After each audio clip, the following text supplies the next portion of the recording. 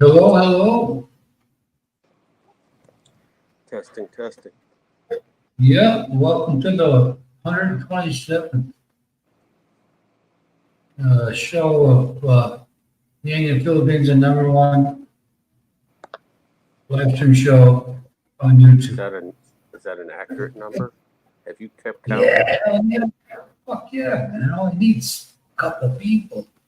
going back since Wisconsin started? Wisconsin, I think no, I started over here. I started here and then went back. Really, the original one was from there? No, I started at home. Right. That's right. Because I had just went home. Well, I was waiting on the COVID thing to get over. And Maria used to give me shit about it. Well, I'm not going to change my name because, you know, I'm going. I'm living there. So they're doing pretty well on my addition back there. I put the double wide refrigerator with the Wait, how long were stove. you over there the first time before COVID, right? Well, I wasn't there before. Well, Oh no, you went during you stayed in the hotel, the what do you call it? yeah, I had Quarantine hotel. yeah, that was Manila 101, something like that. So how long did you stay that time? That time, that was January. I left to go back to the States June 1st. Okay, and this It's time you about, left when it was like October, November no, I've been here. I got here April 6th. I've been here ever since April 6th of 2023. of last year of 23. Yeah, last year. So you've been there over a year this time. Oh, yeah. What did I you only went pay home for for, What did you pay for your quarantine hotel? Like 70 a night or something? I forget. It was, about that. That's pretty reasonable because the regular rate was near 100, and it isn't worth. It isn't $100. What was that? Like You 10 know, days, 2 weeks? How long was it? man, was there? Yeah, that's a can bring it back a shitty memory. I was there. I was there when JB was there. I got my all that bullshit. Fucking what a stressful shit. But I got there on a Wednesday, I think, and I had my test on a Friday because I paid cash. They gave me my answer or okay test later on that day, like 6 p.m. So I'm thinking, great, man, I'll fly out tomorrow. They sent me a message. It's all a money grab too. It was bullshit because they said, "Well, your flight for Sunday's been canceled. Would you mind taking the one on the following Tuesday or Wednesday?" I said, "I don't give a shit." "Oh, sure." Well, I didn't know. I realized they did that. Your positive, your negative test is only good for 4 days.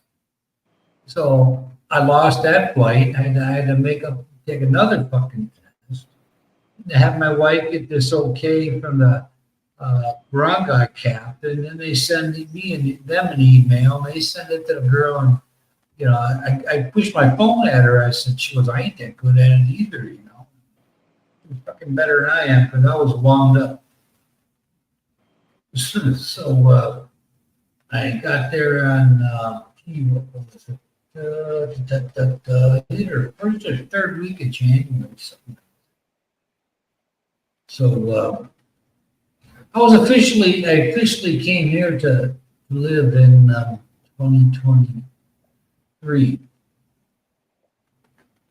So I've been here, about 6 months less, but my son's in the room now. So.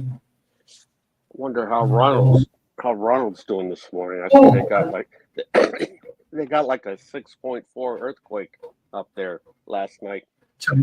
Taiwan? No, Ronald up in Seattle, Washington. It was Oh, offshore. really? Well, Six I 6.4. Jesus, that's fucking good for over there. Maybe Mount St. Helena or nothing. Yeah. I sent them. I sent the message earlier today. I said, "When are you gonna arrive here?" And he said, "Oh, I'm waiting at the airport." What airport? I have no idea. He could have been waiting. He said he's Taiwan. waiting now. No. That was just back at like 2:45 p.m. or p.m. Yeah. No, but I mean, he's flying today sometime, or Yeah. Well, apparently, okay. I don't know if Maybe, he was. yeah, maybe he said July 13th. I was I thinking don't. he said 30th. I don't know whether he was sitting in Seattle or he was sitting in Taiwan. I don't know what. Wow, You know. nice.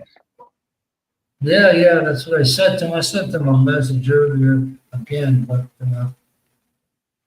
he hasn't gotten back to me, so he must be in trouble. I don't know, man. Maybe he did AMA and he went to where? Yeah, I think Gary's supposed to be going the end of this month too, correct? Who? Gary, that's what he said last week. I believe it when I see it. And Gary, if you're out there, you know, you got Ronald up there and Dice up there in the Manila area. So this lady you're going to see, supposedly going to see, is I don't know if she's in Lake or what, but those guys. I talked to Michael this past week, a couple of days ago, and he's got 3 properties. I don't know, but anyway, he would rent you, Gary, one of those for 5,000 peso a month. That's like $91. So if you hear Gary or anybody else contact you, $91, you can't beat that with a stick. What's that for an apartment? I guess. I don't. Where at? In Michael's hometown. So good. Somewhere around there, yeah. I mean, $91, man. If the fucker was 45 minutes away from where it was, where everybody else was, who cares? It's $91. Because I'm just finishing my, I'm not totally done with this place. I have my media sanctuary here, so nobody's coming in there but me. I'm on my poisoner now, but he likes to play the games because his mama's sleeping. So he comes in here. She got mad at him earlier because he opened the patio doors and he wanted to get rid of his rice and he wanted to eat it. 'Cause she loads him up way too much. Way too much. So she got mad because he opened the door and he left it. So that was you get right. But he likes all these extraordinary games here. I don't know, they numbered shit to me though. But anyway, other than that, I went from 4 to 2, so I bet you I had JB on there, and maybe fucking Biden. Well, I can't wait till that shit's over. Holy cow. You know what? You can say, it's a real shame. Well, it's the same way when they got in there first time. It's a real fucking shame that this old lady don't step up and take him out of there, man. The general consensus is he's fucking suffering. It's cruelty. It's like almost like a cruelty to animals kind of thing. His wife knows better. She's a fucking doctor, isn't she? I don't know if she's a doctor. Education. Tony, look at you and me at 60. We were more than ready to get out of the game, right? Oh, yeah. At 60. Yeah. Well, he's in a game of bullshit. That's just it's all a talk, gossipy fucking shit. The older you get, the more you realize that this is just it's a joke. And now all of a sudden they're paying attention to is whatever what's that called? A cognate, whatever. And he Cognitive testing. yeah, man, come on, man. Fucking, it ain't about when I talk about this, it ain't about a Democrat and a Republican. This guy needs to get out of there because Kamala Harris doesn't know shit. And well, she attorney general for Christ's sake. This woman, she's what is she, Jamaican and Indian from India? You know, she's gonna play that fucking race card. You can count on that.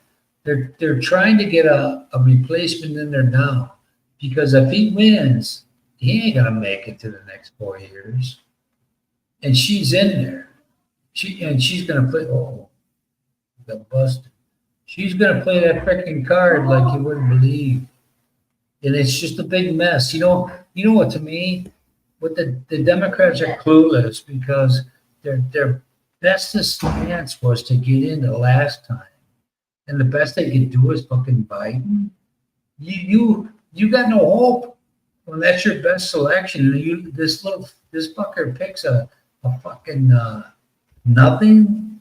I mean, she's clueless, dude. She calls North Korea our ally, and she was on the NBC show with Lester Holt, the evening news one, and he asked her directly, "Have you been to the border?" She starts to fucking giggle, and she goes, "I don't know what you want." Well, he said, "Have you been to the border?"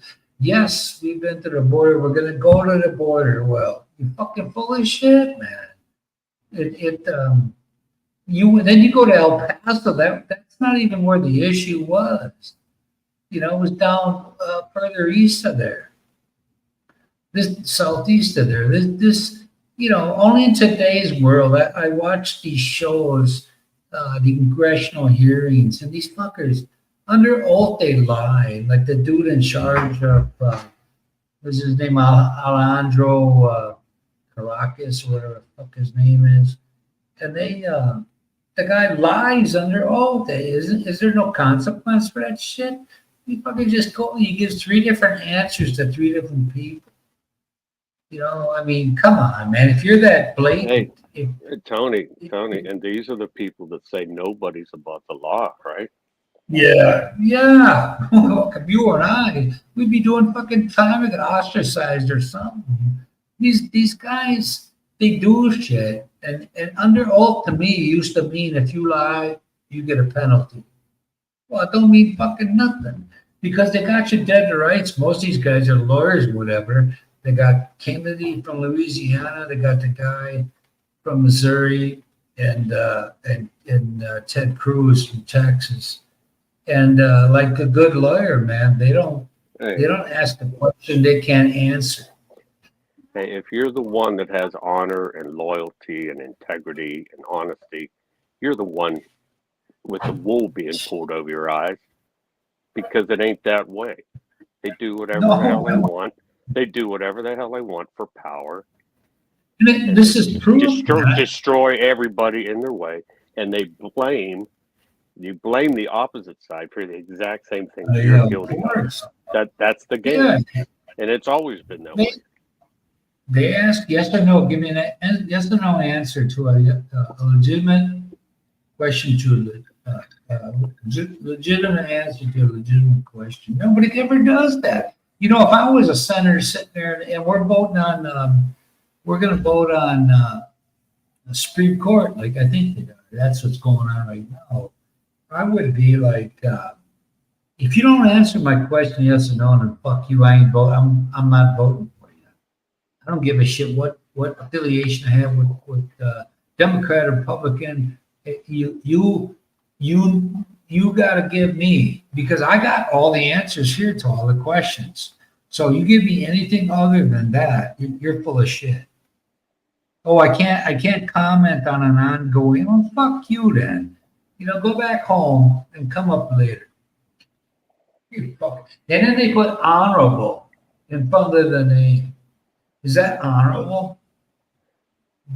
Yeah, Remember when you were in the government and they told you can't make a false official statement, Yeah. or you'd be penalized with threats of prison, right? Yeah, Right. or and fine. People can sit there and lie straight in your face. You know they're lying. They know you know they're lying, but that's the game. I would, you know what? I'd have no tolerance for shit. If I went in there and I'm a junior or a newbie, and I'm not looking to pass no legislation, so I'm going to vote for whatever I want to vote for. I'm not going to make a deal with nobody. For well, do vote for me, I'll vote for you. If it's a ridiculous request, then forget Well, it. then you don't survive. If you can't be bought and paid for by Well, somebody, then you won't survive. That's the well, game. that's how That- that's how Russ Feingold was in Wisconsin, and then this other guy, Ron Johnson, beat him. But Feingold used to vote, supposedly vote his conscience. His commercial was he'd be sitting there eating by himself because nobody could buy him. But as honestly, if I had one term in there, I ain't holding back.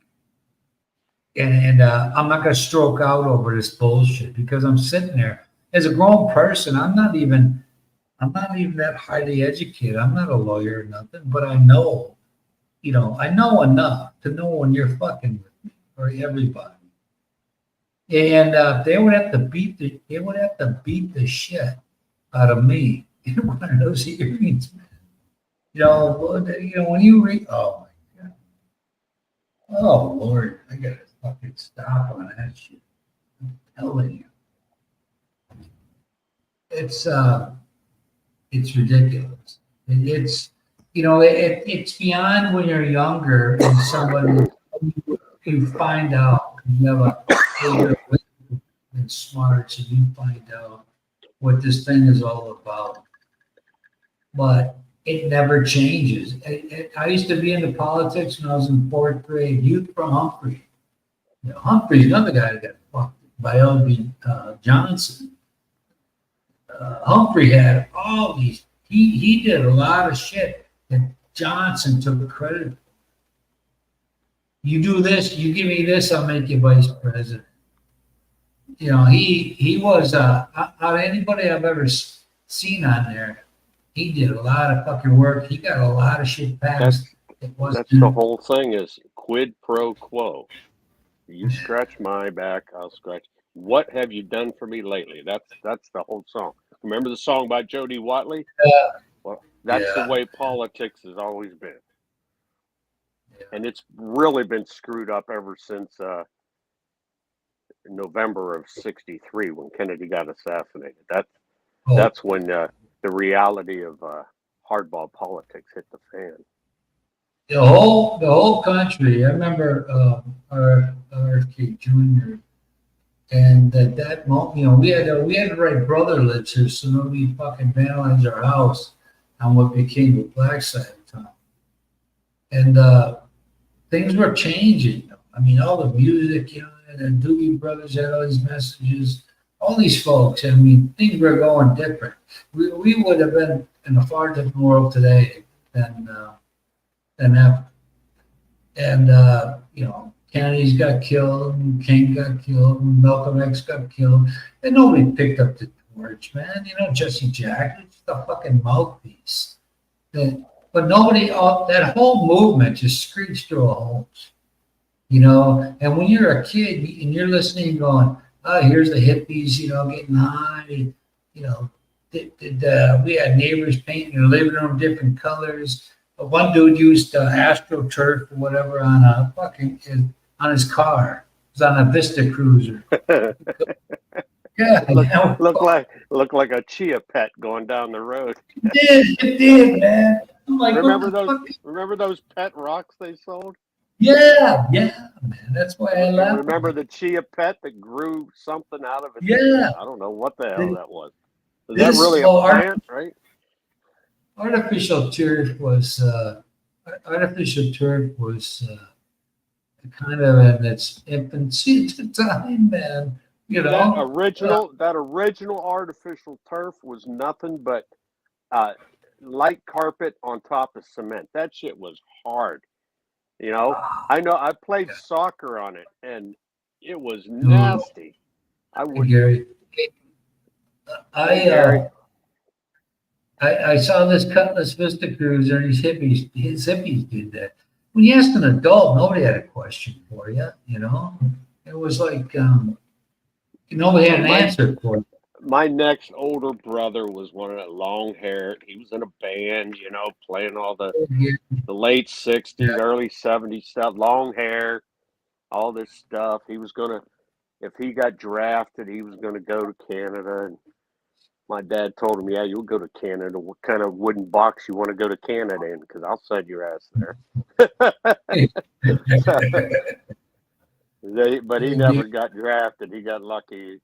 The draft ended just as he graduated high school, I guess. Well, my cousin Doug, he's about 5 years old. His brother was in there. My oldest cousin, Danny, he's about 70. Now my oldest half brother, he did 2 tours in Vietnam as a Navy CB. My cousin Danny, he's a half brother. We have the same mother. My cousin Danny, he got drafted. He went in there. He was in there with one of his high school mates or something. The guy died and fucked him up. We were at the same post, but you know, he's so much older than me. Right. You know, we never associated. He worked in finance, and I was another. That's like this brother of mine. He's up here now. He lives in North Carolina, but he drove up this week. I haven't seen him yet this week. I think he leaves tomorrow morning. But he's 16 years older than me, you know. So, I mean, it used to be when he'd come up, we'd go golfing maybe one time together, you know. But like last year, I went golfing, him, and my brother-in-law, and they didn't really say about 10 words to me the whole time we're golfing, you know. So I'm like, okay, you know, you be how you want to be, you know. Is that your dad's kid? Is that your dad's kid or your mom? No, my mom had a boy and a girl when she met and married my dad back in the day. So he's my half brother.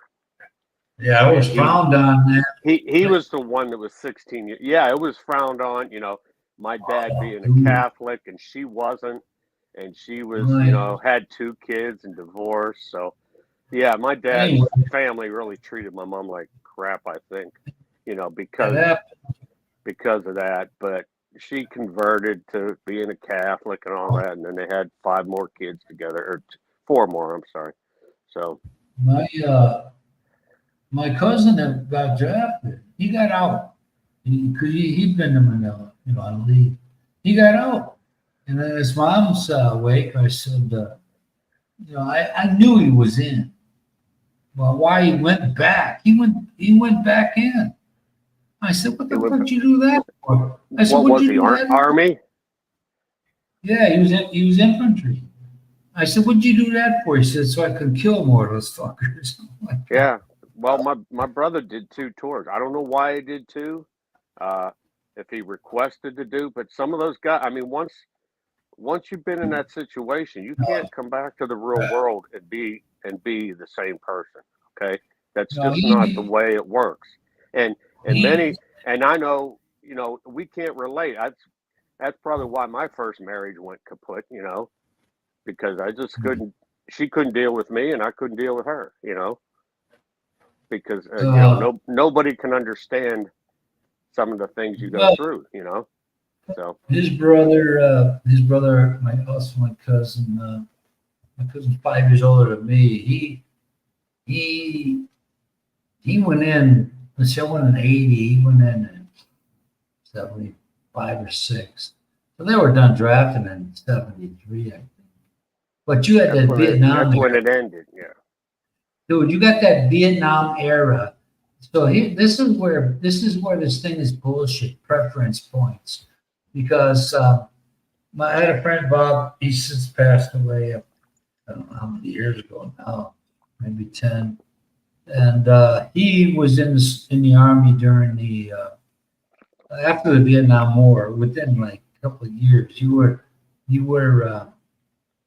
Vietnam era. up to So 75, I think they got the Vietnam era veterans benefit. yeah, well, that or 77. Then I go, okay, man. I go down to I put in for a government job. I think it was uh, a supervisor or a manager of some fucking restaurant or some governance, a government kind of thing. Hmm. And they found out, when I was first filling out the stuff, they they gave me preference points, this and that, because I looked real young when I still did it in the 90s.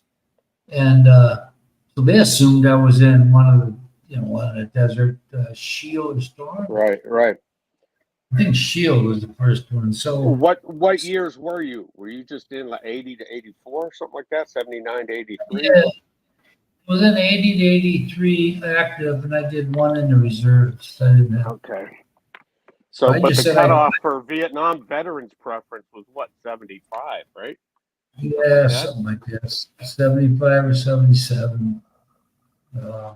And so they gave me the points. So I was like number 3 on the list, 3 or 4. Then he sent me a letter. Well, after reviewing your thing there, he dropped me to 42. I'm like, fuck that, man. You had to have been either in Vietnam or Desert Shield or whatever. Well, when I went in, the Iran hostage thing was all that was going on. Yeah. But, So, that the GI Bill that they had during Vietnam was pretty damn good. And then when you and I were in for about 10 years or so, it really sucked, the GI Bill. They kept taking shit away from me. Yeah, you had to contribute. The most you can get back was like $8,100 in tuition, and you had to contribute like a quarter of that or something, right? Well, you know who? Well, you and know, then when Desert Storm happened, and then after Desert Storm, and when Iraq and Afghanistan happened, then they made a great GI Bill again. So you and I, in our era, we got screwed. Like I was in during Desert Shield, Desert Storm era, but we didn't get any better education benefits because of that. we get a burial. We get a free burial and limited education. We get a free burial though. We get the guy to come out like my dad. The fucking horn. The trumpet had a broken flute. Well, that's also. I volunteered when I was back here in between like 2000 and 2007. I volunteered for the military funeral duty and most of the guys I did it with, I had Vietnam vets, Korean vets, and 1 or 2 World War II vets. I was the youngest guy in the whole honor guard unit, But we did any honorably discharged funeral or a discharged veteran that died. If their family requested a military, we did the 21 gun salute and the folding of the flag and the trumpet, everything. Yeah, they that. I don't think I think they monitor that because I don't think my mom did that at all. But the trumpet broke, so he didn't get to do the thing. But they folded the flag up. Yeah. They didn't waste time either. They skipped that part and went right next to the next part. Yeah, most of the time, if our bugler couldn't make it, then they had like a cassette tape recording of taps that they played on a speaker. They just went to the next step of holding. But when I was in Fort Sheridan, the other part of the building I was in, the band had it. So my name came up for burial detachment. You said I don't know what if it's a 6-month thing or whatever. And I drove the ration truck for the mess hall. It was between us and the band. Sometimes they had to load up a fucking station wagon full of, kind of shit from cold storage, Thank God I was 18 or 19 then. But what they did, what they did was there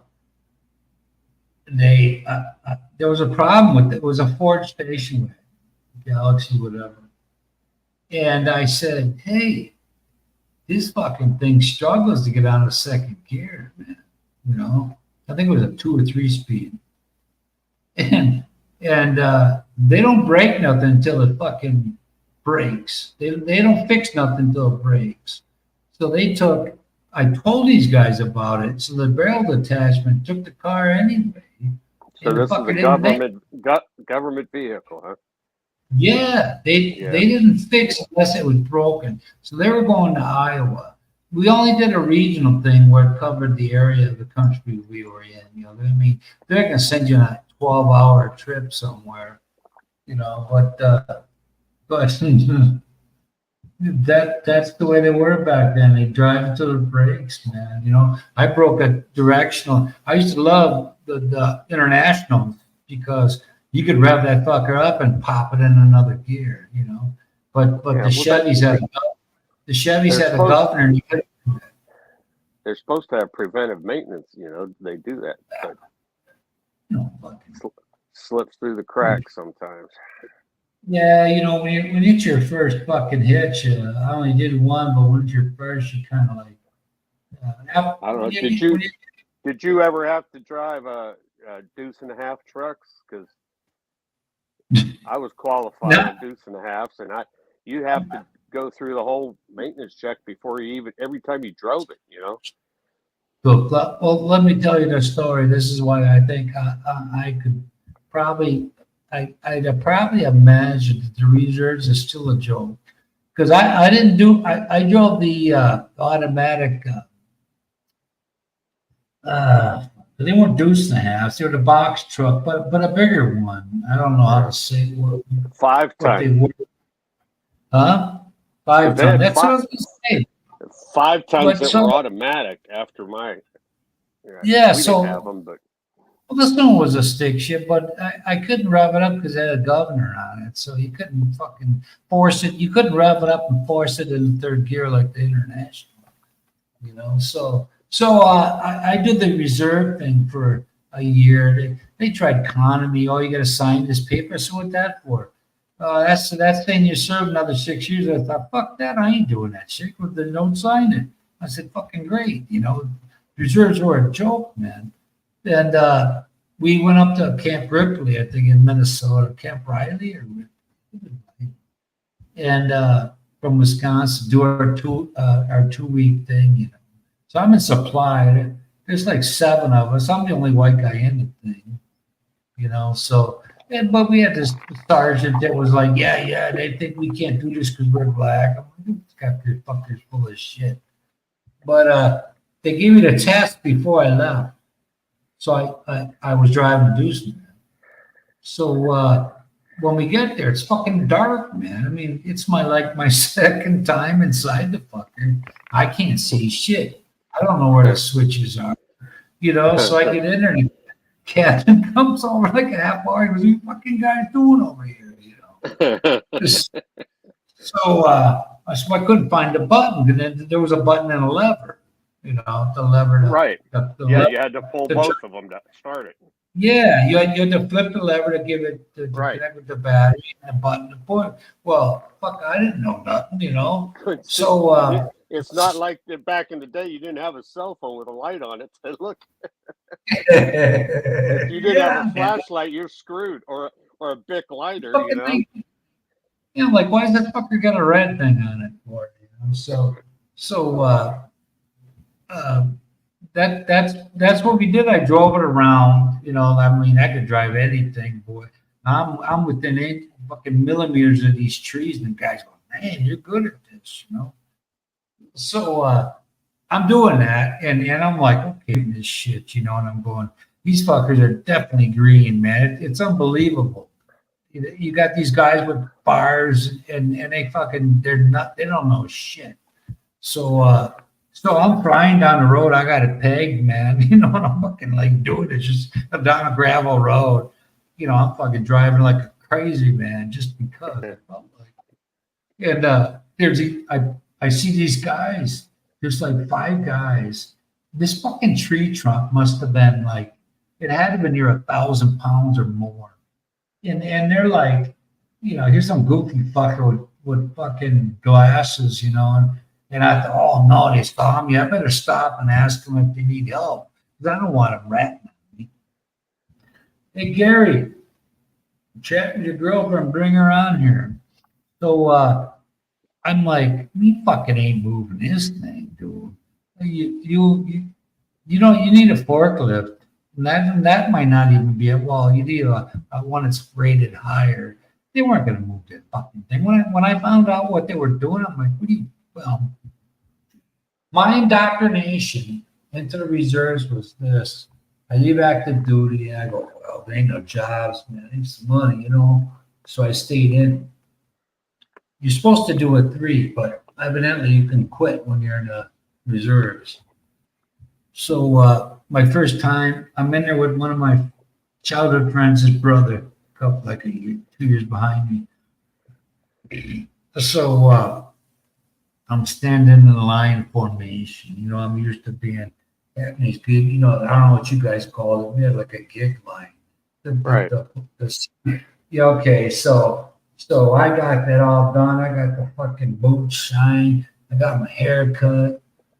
And they've since got rid of this place, but I go down there, and when the full birds talk, and the Sergeant Major, whatever he is, I'm used to like, you shut the fuck up and you listen. Right. This guy's talking. These guys are standing there with hair over the ears, like fucking, and smoking cigarettes. Smoking cigarettes. Well, the guy's talking. I'm like, what the fuck is this shit? So when you heard that story about that reserve unit where that chick got captured and whatever, I forget her name. It ain't too hard to imagine if you've Jessica ever experienced. Lynch. Yeah, if you've Was that ever the one? experienced. Yeah, if you ever experienced life in regular Army and reserves, it's a world apart. So, it reminded me of that movie Stripes, Bill Murray, when they go, fuck this, we're going to do our own thing because these fuckers don't know where they're going. That would have been me. If I were a group, if I were in that group right there, aside from bitch slapping them all, I would have been on my own because these motherfuckers, what do you mean you don't know where you're going? You got 4 or 5 people going, I don't know, fucking go this way. So in the dark, that's the worst thing you could do for an inexperienced person is to send them out there in the fucking dark. And they can't read a fucking compass, So, yeah. Unbelievable. It was like I go in there and I go, the dude goes, you want me to sign these papers? And I learned from the first time, when they don't have your MOS, you can get out if it's not available. So he goes, so I asked questions this time. And the guy goes, yeah, that would lock you in for 6 years. Nah. We went to a firing range in the reserve with my friend's brother, who's my friend too, Tim McCarthy. And so I'm down, I'm down in the prone position, I'm firing. And Jim's behind me. The other guys stand behind, while you're up there. So I'm skipping these bullets off of the fucking stones in front of me. I'm fucking, sparks are flying, and the captain goes, "Who is that?" And my friend was behind me, standing up, and all these other dudes. He goes, "Yeah, that was Paso, sir." The guy's last name was Paso. The guy goes, "Okay, Paso, come see me after the firing range thing is done." And the guy was standing up behind me. He wasn't even shooting. And I'm laughing. And the other guy goes, "Fuck you, McCarthy, you fucker," Dude, I'm on the ground. I ain't that far away from where that fucking guy is standing or sitting, because he sat like a lifeguard. on beach. Yeah. The seat, is elevated. So, hey, bring your girlfriend here. So when he said that, I thought, oh, fuck, this guy's gonna bust me. I don't give a fuck. And I never heard a word of it with me. I'm like, this is a fucking joke. I was in a rail unit, and unbeknownst to me, they still had that fucking shit. So they had it by the old county stadium. There was a railroad yard down there where the Milwaukee Road used to run, and at that time they were out of business or whatever. So we had those big warehouses, who worked on the trains with the truck assembly. That's the wheels, and we change it, like mechanics. And we were in Virginia, and they had one. But there was a break bar. It was a bar from the back to the front of the caboose of the what do you call it? So we're they have whitetail or blacktail deer. They're smaller than whitetail, kind of like a large dog. And this fucking one gets spooked. He bent. I bet you that bar with a quarter inch or a half inch round. That fucking deer must have broke his back. He bent that fucking bar. And he limped away, but I gotta believe he broke. He's just running on adrenaline, man. So I ended up tossing some guys mattress out the door. He was a sleepwalker. I don't know if I told you guys this. He's a sleepwalker. So the first night, first night I don't sleep good in a strange place. So this dude gets out of his bed, and goes over to the next thing and tries to get in. The guy's going, "Fuck you, dude! Get out of here! Get out of here!" So I'm thinking, I can tell there's something. He ain't doing this randomly. There's something wrong. So I was like, I think he pissed on this.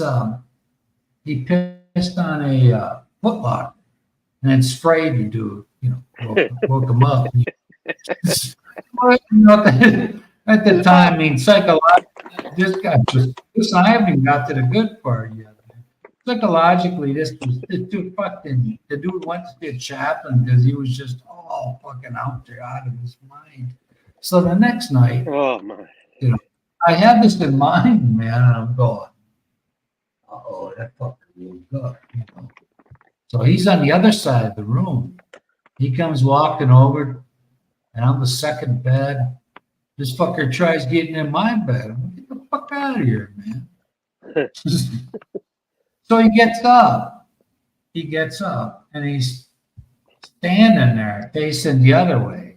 The guy, I'm on the bottom. Oh, he starts pissing on the fucker. It sounded like the piss on that t-shirt. Dude. Was this in the reserves or active? Yeah, the reserves, man. So I tossed his mattress out the thing, and I was a little harsh for doing it. I'm like, fuck this shit.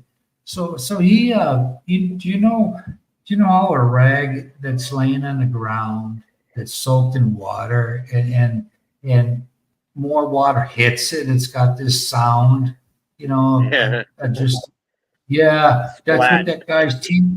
Yeah, that was what that guy's fucking stomach sounded like. Because I'm like, I probably could have fucking, I don't know. I didn't want him to turn around and start winging that shit at me, but when I couldn't believe it. I'm going, what the fuck, and you hear that splatter, like water hitting a wet rag, and he just fucking like emptied his fucking sack on that shit. It was pissed. It was so funny because that reminds me of a guy. I was in a temporary duty school, and they had this guy in my class. He was a total antisocial guy. He was so shy, but man, you get him drunk, and he was fucking Dr. Jekyll and Mr. Hyde, right? He's the most crazy bastard there was. I mean, it's just like you flip the switch, right? Well, this dude one night he was an E4. He's rooming with an E6, right? And this guy was so drunk he got up in the middle of the night, and this E6 had put his boots in the corner of the room, right? And this E4 got up and he pissed in his boots. His E6 woke up in the morning. His boots were filled with piss.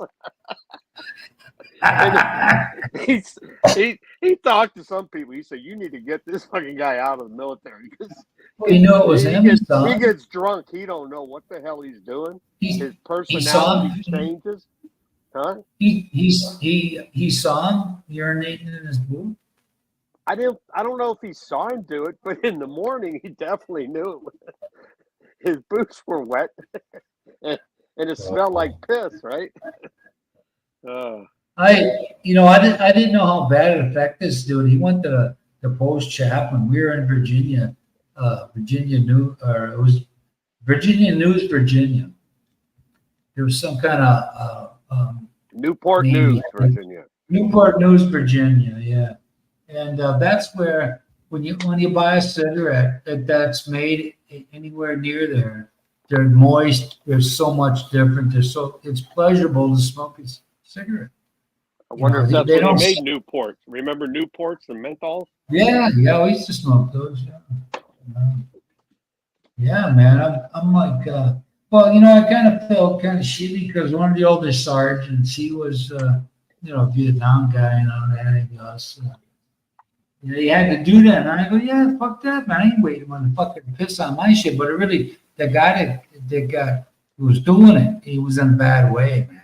Suicidal kind of thing, So when I was just about to get out of active duty, going back a little bit, we had these sergeants come in. These dudes are like E6 and 5, E5 and above. Max was an E5 because he got busted when he was a drill sergeant, fucking some trainee, Otherwise, all these guys were lifers. They were all Vietnam, So we had this guy named I used to get high with not Jack. I forget his name, but anyway, this guy had a girlfriend of my ex-wife's age. He goes, man, why don't you take this girl? Because he was married.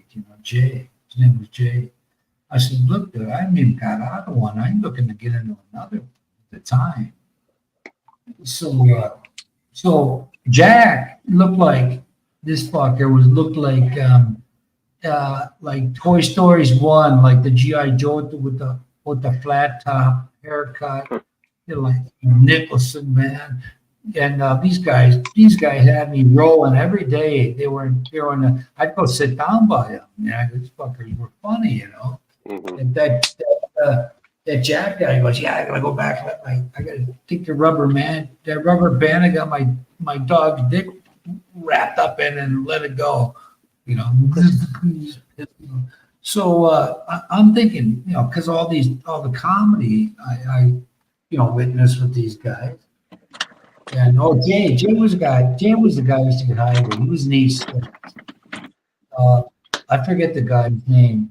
I remember when I don't need to. But he looks over the chaplain's assistant because after you go through the main line, you can get as many condiment, many desserts as you want. As much coffee, whatever, orange juice.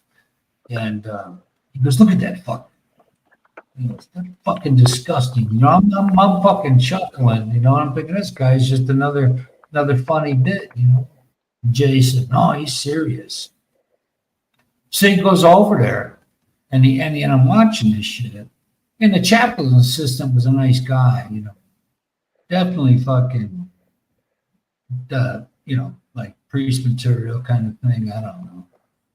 And this guy had taken like 3 desserts, 2 or 3. And Jack looked at him and goes, Jack, that was his name, the sergeant. He goes, look at that fucker. He took 3 pieces of pie. Fucking fat ass, this and that. Jay had like 40 years of combined service with National Guard and active duty. Man, that guy was like, he was such a, he was a hard nosed buck, man. He was cool. He was cool to hang with, man. These guys were funny. So he walks up to the guy and he says, this guy was a PFC. He goes, excuse me, Private. Yes, Sergeant Major. What what can I do for you? He goes, are you on the Fat Man program? And I didn't know there was one, And you're either slender, medium, or obese. So he says, yes, Sergeant Major. And the guy goes, what the fuck you doing with all that goddamn fucking bio? I'm like, holy shit. He had this guy feeling like he was 2 inches fucking tall, man. And I used to think you don't get loud in an area that doesn't belong to you, because we had an E6 in the mess hall, and we had one guy that turned into Ward officer. And I'm like, holy shit, man. And I'm fucking laughing. I had to turn up when the guy came back because he was serious.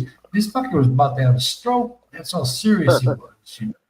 He'd look at these guys, because these guys were like, I call it the lifer table.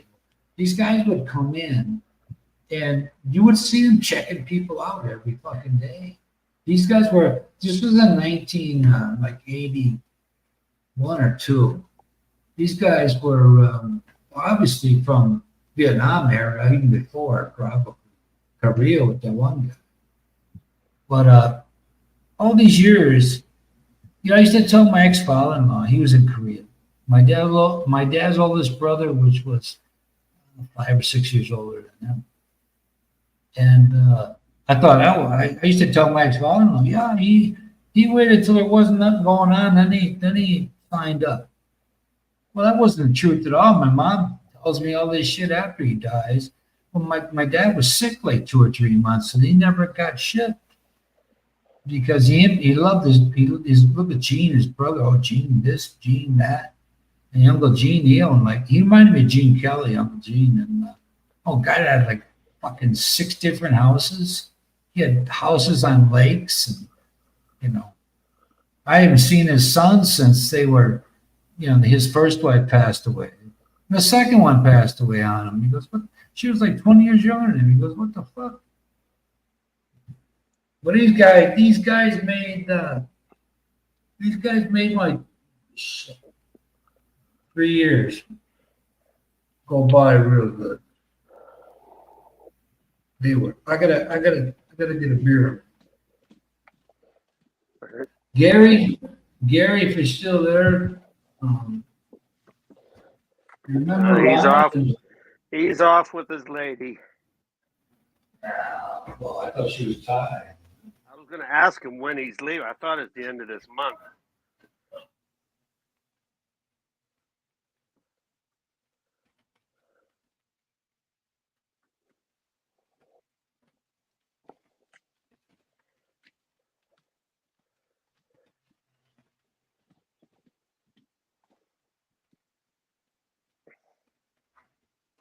Oh, I didn't make my fucking eye. I'm so used to. You know what? If Gary really, oh shit.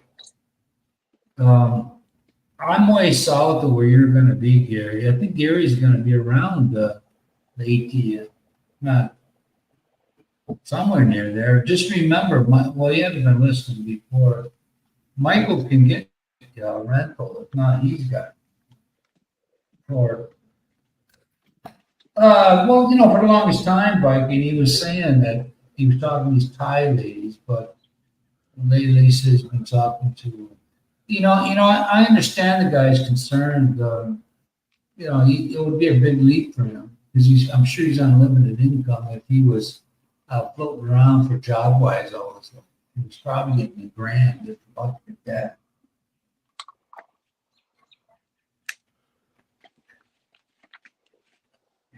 Oh, so up near, he'd be a lot closer to Ronald and Dice than he beats me, and I just I'm not even down. I haven't even been able to.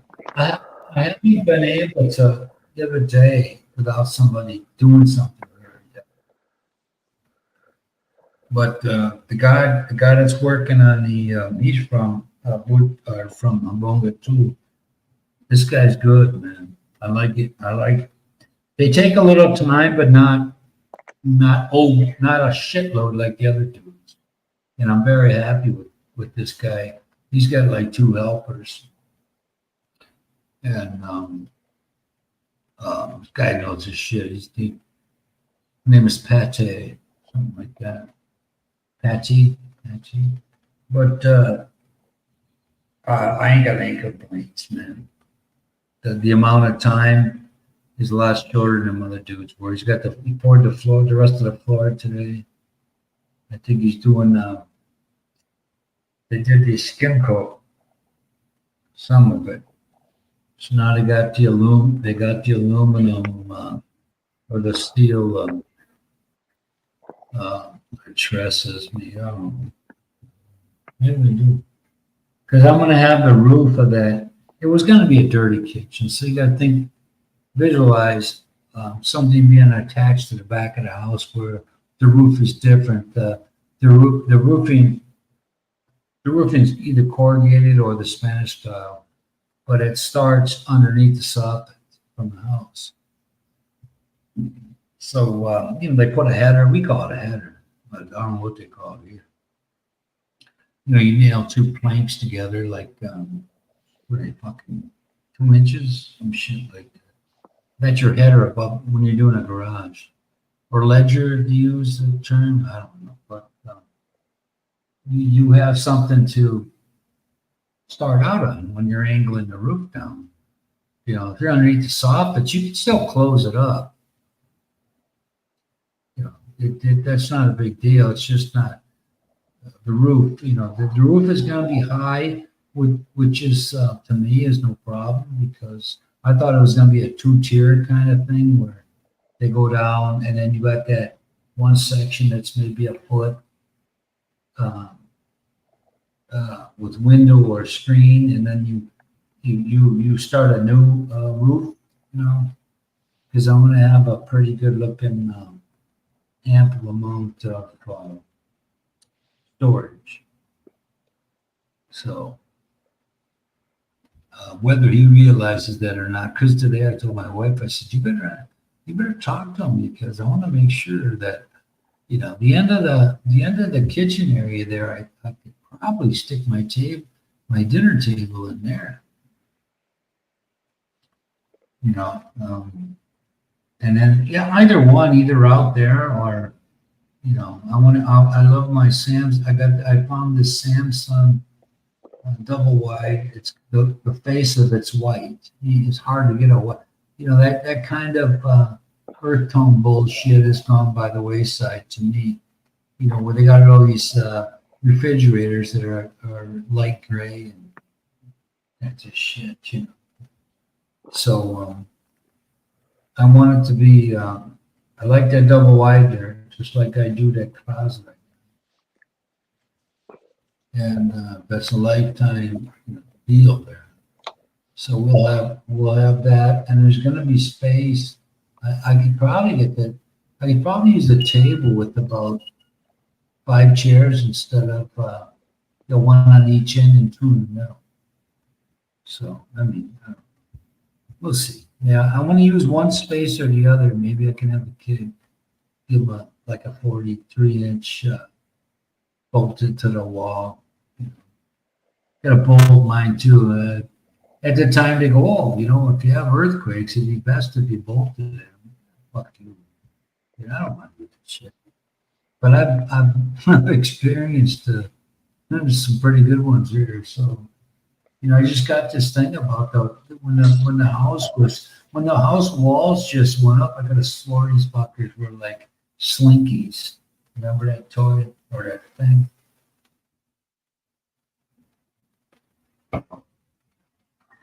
Slinky.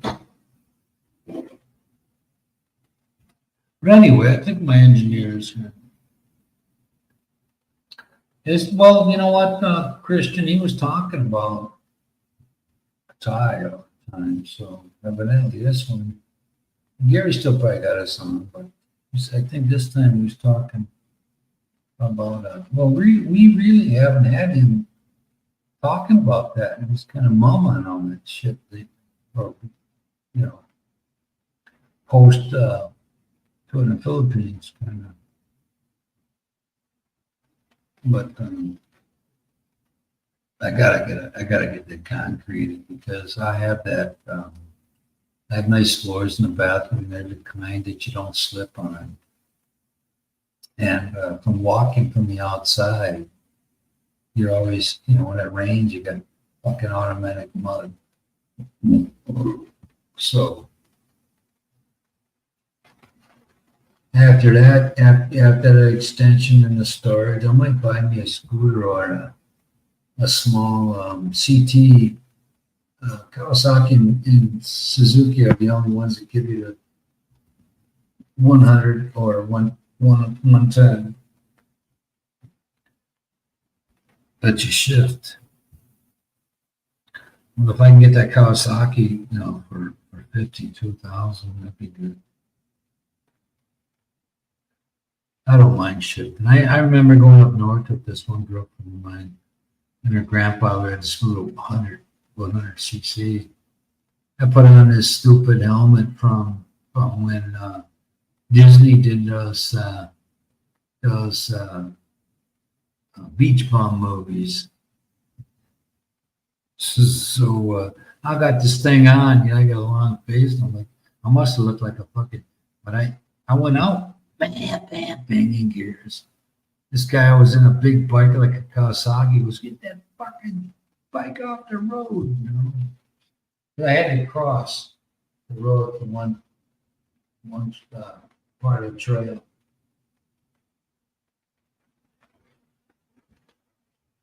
Anyway, how's the weather in Pennsylvania? It's kind of up and down in Milwaukee. Matter of fact, it's only 66 right now. Dealing with rain. It was nice overnight. It's supposed to be 88 for the high, I think, today. Yeah, 2 o'clock in the afternoon? I get that when I wake up. Yeah, it was I'm telling you, man. I actually used a bed cover last night for the first time. I'm going to tell you, I always like to have a light one available because there's always that hour or two that you need it. But not having to wait the whole day to get to the best part of the day, and I get that pretty much when I wake up. I think the next 3 days, 88 for the high, and then Monday 96, Tuesday 94. Ooh. So it's going to be warm. With humidity. Probably, yeah. Well, your chance of getting that humidity like I would get it in Milwaukee is a little bit different. I'm ready for fall weather already. Balmy. You know what I love? I love that balmy temperature, man, when it's a comfortable 65. Aren't San Diego's got a pretty good year-round temperature like that? Oh yeah, that's supposedly on the whole globe. That's supposed to be the most ideal location for weather as far as temperature goes. But you got to have money to put it there. It very seldom fluctuates, above like 20 degree, 30 degree difference. Yeah, we had last year in the winter months. Well, there were 2 months down there. There were 2 mornings where one was extremely comfortable, but one was like, it made me feel like I was at home. Fuck, get this chill. I kind of thought of people who live outside. So Craig and them are doing winter right now, aren't they? Yeah, in fact, there a couple of weeks ago, they had record cold weather in the south of Australia, Tasmania area, and southern Australia. All I ever thought Australia was a fucking hot all the time. Yeah, that's maybe the northern Darwin, that's close to Indonesia. But... Yeah, the only part of that that's fucking year round is in the north, Victoria, whatever. But that's where you have that. Dirt. It looks like clay, but it's not always clay because it's. I experienced this in California when I visited my daughter back in 2007 or something. I was there twice, 99. On the Golden Gate Bridge, 2 days after Christmas, the video or a picture. Somebody stole those fucking pictures. But it was so peaceful, though. It felt like you're up in a hang glider and you had nobody around. It was we went to her mom's house for a cookout, and 700,000 for this corner unit. That was a nice little house. It was little, but the taxes were like when it was built, 1970, like 75 maybe.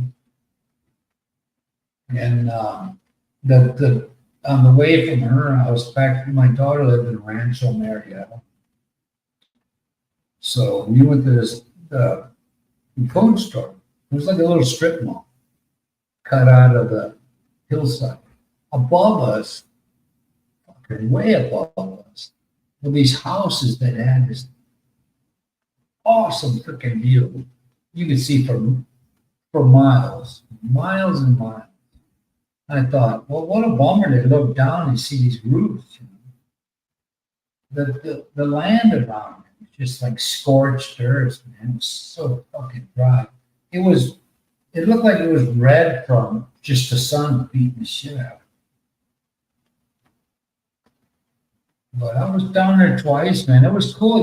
If you wanted to watch if your team was playing at noon, it came on at 10 in the morning there. Fuck, you got your whole afternoon. A couple days after Christmas, it was comfortable, very comfortable. Some of the restaurants in Folsom, I went on a tour to the prison guard shacks and shit like that.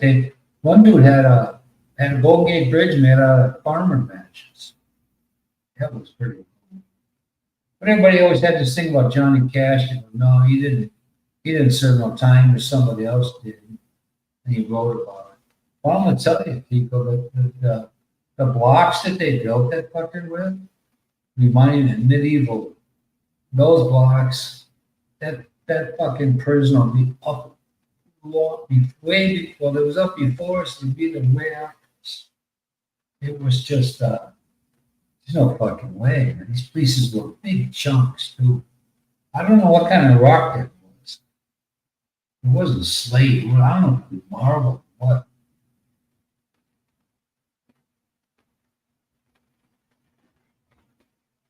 But their eating areas in Sacramento, most of them had outdoor mall entrances and these heat lamps above you.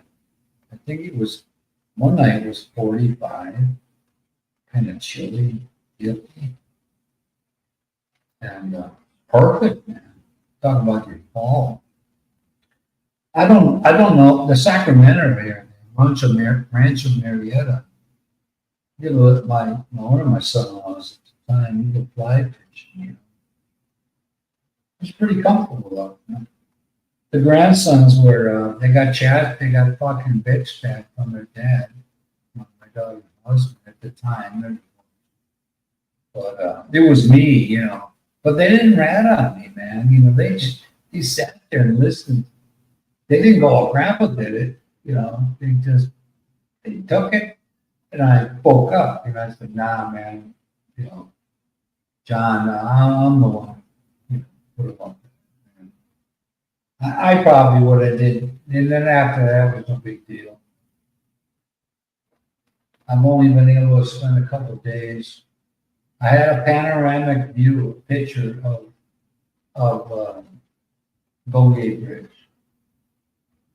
And you always hear about people jumping there. A lot of people survived, and when you look down, you can see the current, man, like a river on each side going out, coming in. Then you understand why, that some folks don't need it. So what's the Wait, Viking gonna? would you say there's current going out and in and the river? It looked like a river. That you can see the white caps. You can see the strong, the flow, extremely strong. Because people always wonder how can anybody survive in that shit? You know? Yeah, I never spent any time in the city. I flew into San Francisco, but my buddy's fiance picked me up, and we drove out to. At that time, he was at Travis Air Force Base, which was in Fairfield, California. It was on I-80 going towards Sacramento. Yeah. I think Clint Eastwood fucking flew a plane there and crashed it or something. Yeah,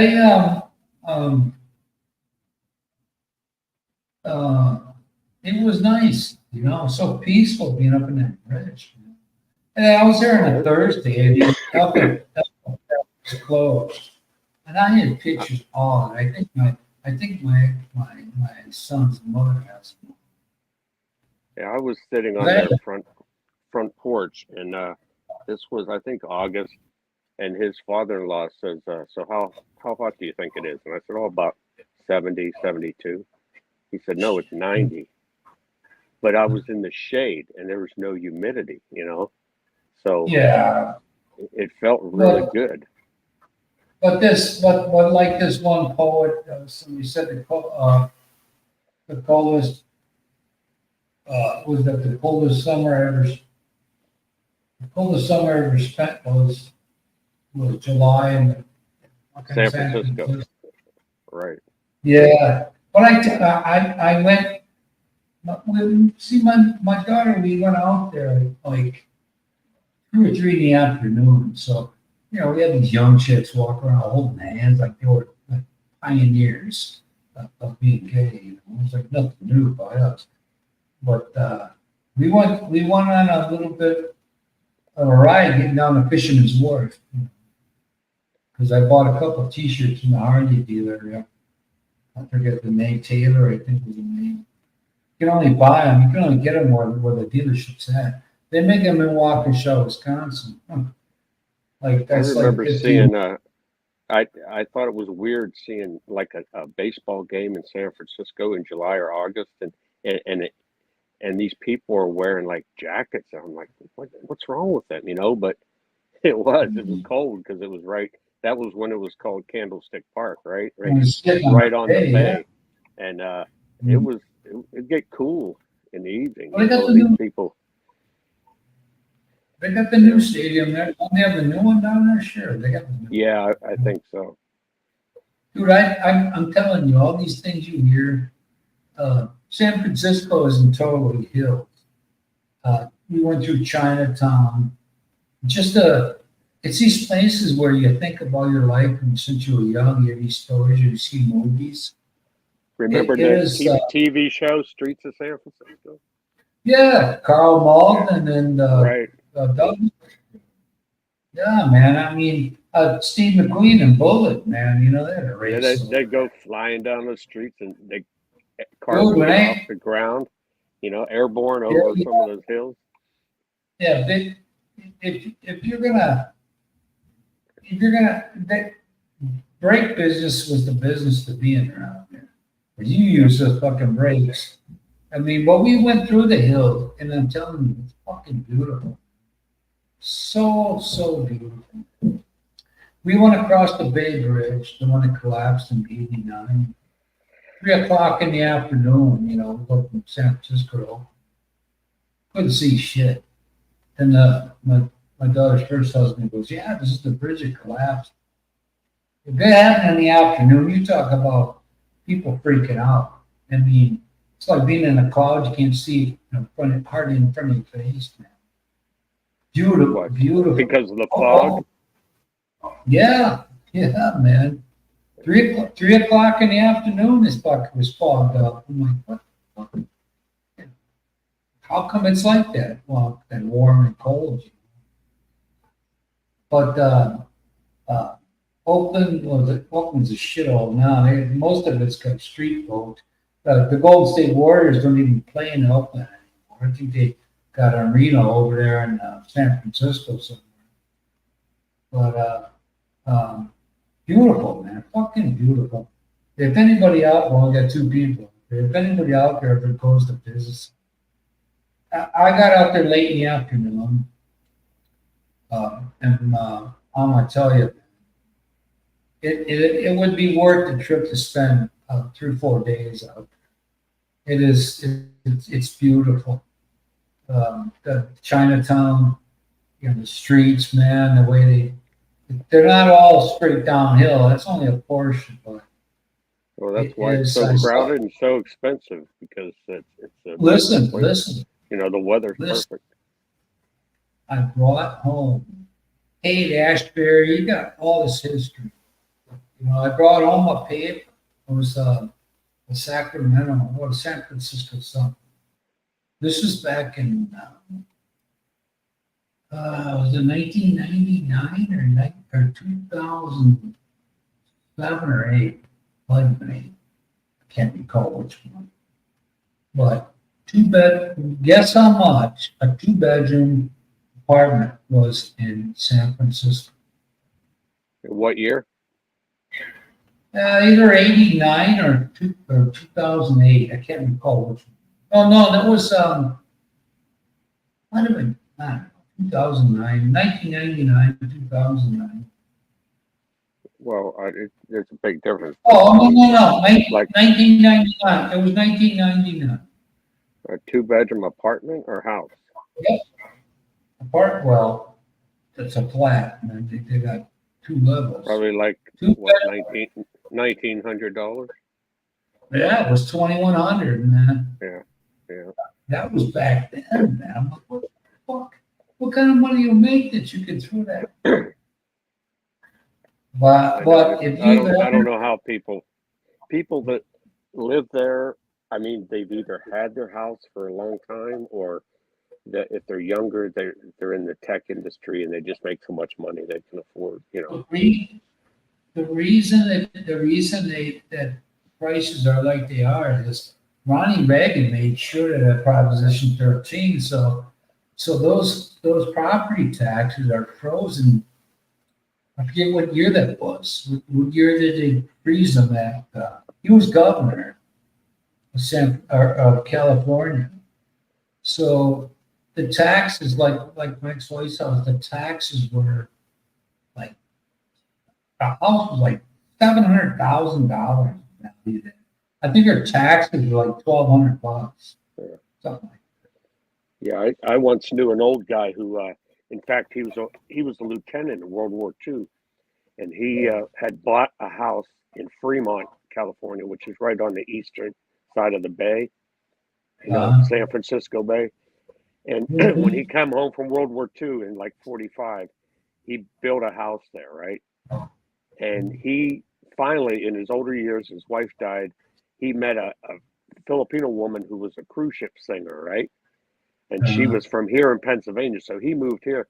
He sold that house that he probably bought for what, 10 grand back in 45 for hundreds of thousands of dollars. I mean, when he wanted to move to Pennsylvania, he bought his house here cash, right? And still had tons of money left over, So the real estate out there is incredible. I've been up on it since 2008, but if you've never been, anybody here, if you've never been there and you want to go within the United States, you want to do something that lives up to the hype, go out there, if you can afford to, spend a week there, man, because it's a lot to see. It's beautiful, fucking beautiful. I'd like to see that. What's it called? The Redwood Forest. I'd love to see those huge. Oh, the redwoods that are thousands of years old. Right. That is huge. Dude, that is a mind blower, man.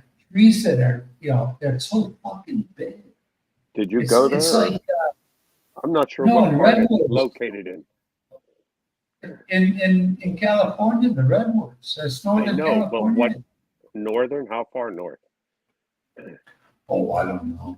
Yeah, I'd have to Google it and see where it's. where it's at. Well, But that would I'm be only impressive. like tree trunks on these fuckers. It's like And it looks also like to drive the West Coast Highway, you know, up and down. What's that, Highway five. 1?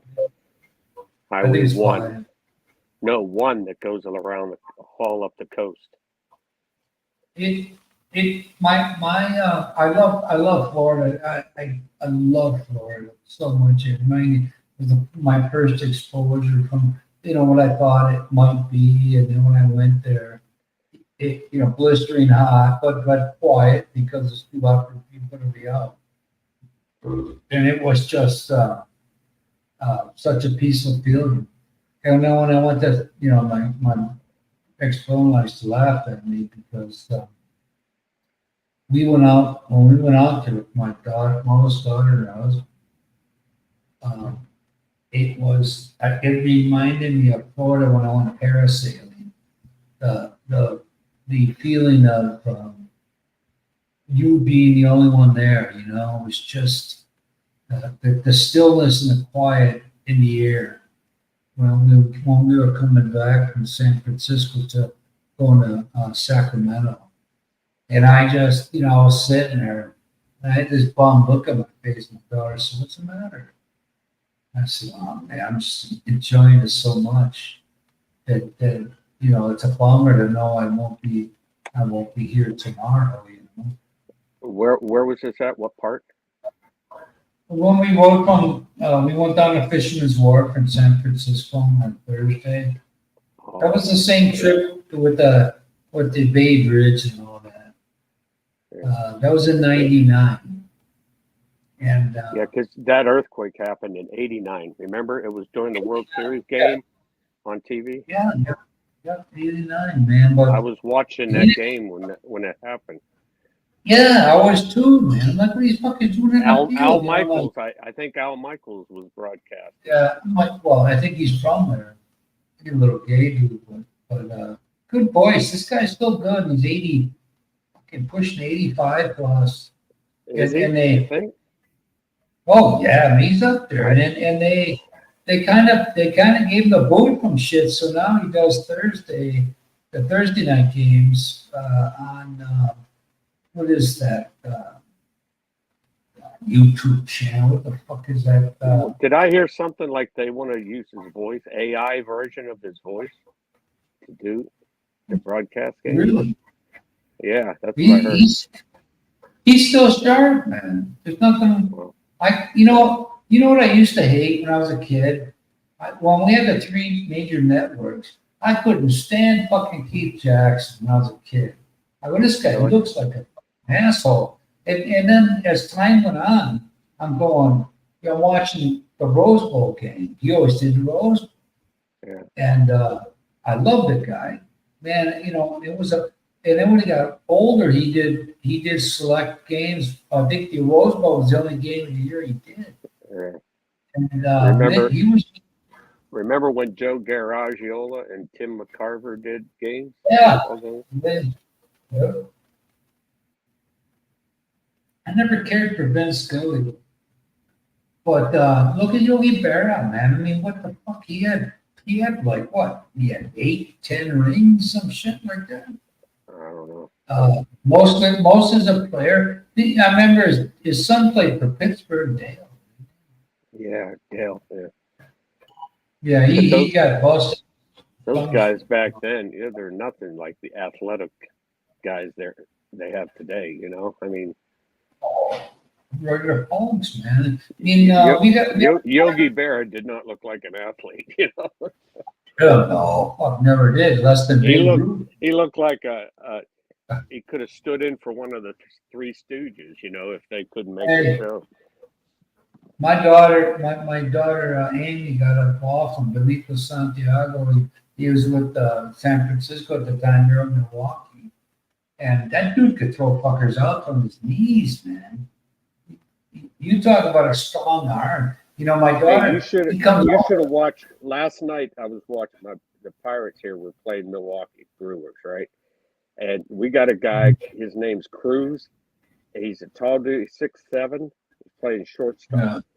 but he's got an Ooh. arm. They've clocked him the fastest ever throw from shortstop to first base.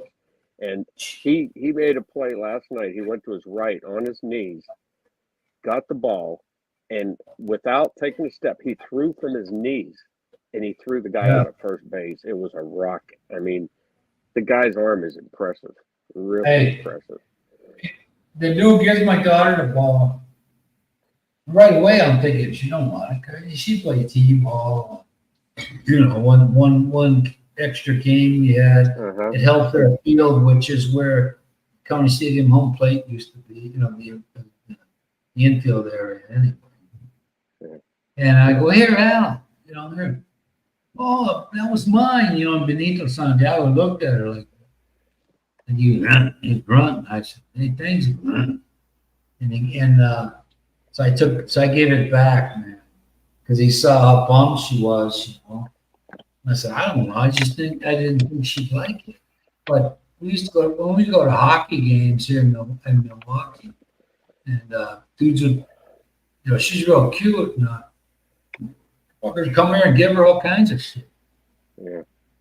It was a good time. I worked at that place, County Stadium, when I was 17. I get paid $8, standing out in center field with the sheriff. The sheriff used to work the security, and get paid for it, man. You fucking can't beat that. But anybody out there, two people, Christian Jew, whatever, go out there, man. If you ever have a chance, if you ever want to see any part of the United States, fuck Niagara Falls. I was there. It ain't. You know, when I was on the Canadian side, it was like a flashback to the 1950s. This shit was just weather and shit. And we went over the border. This is before you needed a passport. We go over the border, and you go on this little hump, and they stick a mirror underneath. And the guy goes, so where you from? I said, U.S. At the same time, my ex-wife says, Wisconsin. I'm like, what the fuck? None of our answers match. We were different on everything. But if you want to go anywhere, you want to be on out there. Who they call? Look at fucking. What am I thinking of Arizona there? Man? Can't come up. I can't get that up. Looks. Grand Canyon. You go to San Francisco. You got to save up half a lifetime. Go there. You won't be disappointed. It is beautiful. I haven't been there since 2009, but I can't imagine changing. Rent's probably $4K a month or no. If you want to go somewhere different, somewhere beautiful, you're not roasting, you're not into that. It was the coldest, the guy say it was one of those poets, the coldest winter I ever spent was the summer he spent in San Francisco. When you get them breezes, I was on top of Golgate Bridge. 2 days after Christmas, it was like 54 degrees. It was comfortable. It really was. Yeah, I think the best part is Monterey, which is south of San Francisco on the coast. Mm-hmm. And that's in fact they had an army location called the Presidio at Monterey.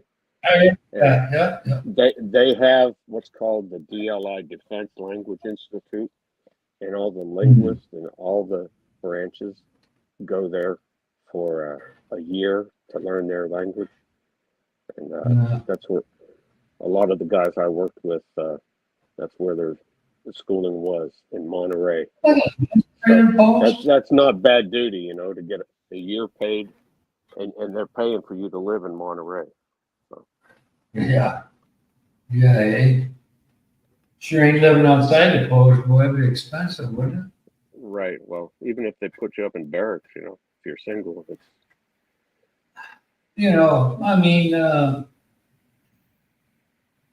I was standing on the bridge, because north was Chino, I think Aaron Rodgers from Chino or Sino. It was the north part after you went over the bridge and north Chino, I think. And there were houses built on the fucking side of the fucking rock, you know, on both sides of the bridge. Especially when you go north. There were a few homes that they were braced by these huge fucking poles that looked like they belonged to a gigantic lake. And they imagine the view, man. You know, but I don't know about they had an observation area when you went north. South was below. They had a park. I didn't make it to that. But we went to a park on the above ground. But when you got up the bridge on your way to Chino, there was a park where you can park. You know, go walking. So that's what we did. But you wanna visit something that lives up to, you know, if you ever had a curiosity, that area of California is probably the prettiest. I mean, you could go anywhere and get palm trees and sand. I mean, if somebody stuck you down on a beach, you know, a Dominican from the beach, it looked the same as it does in Florida. You know, looking up there. But San Francisco is, it will have you saying, wow, I wouldn't want to walk up them fucking hills. But I remember those Dirty Harry movies. Fred.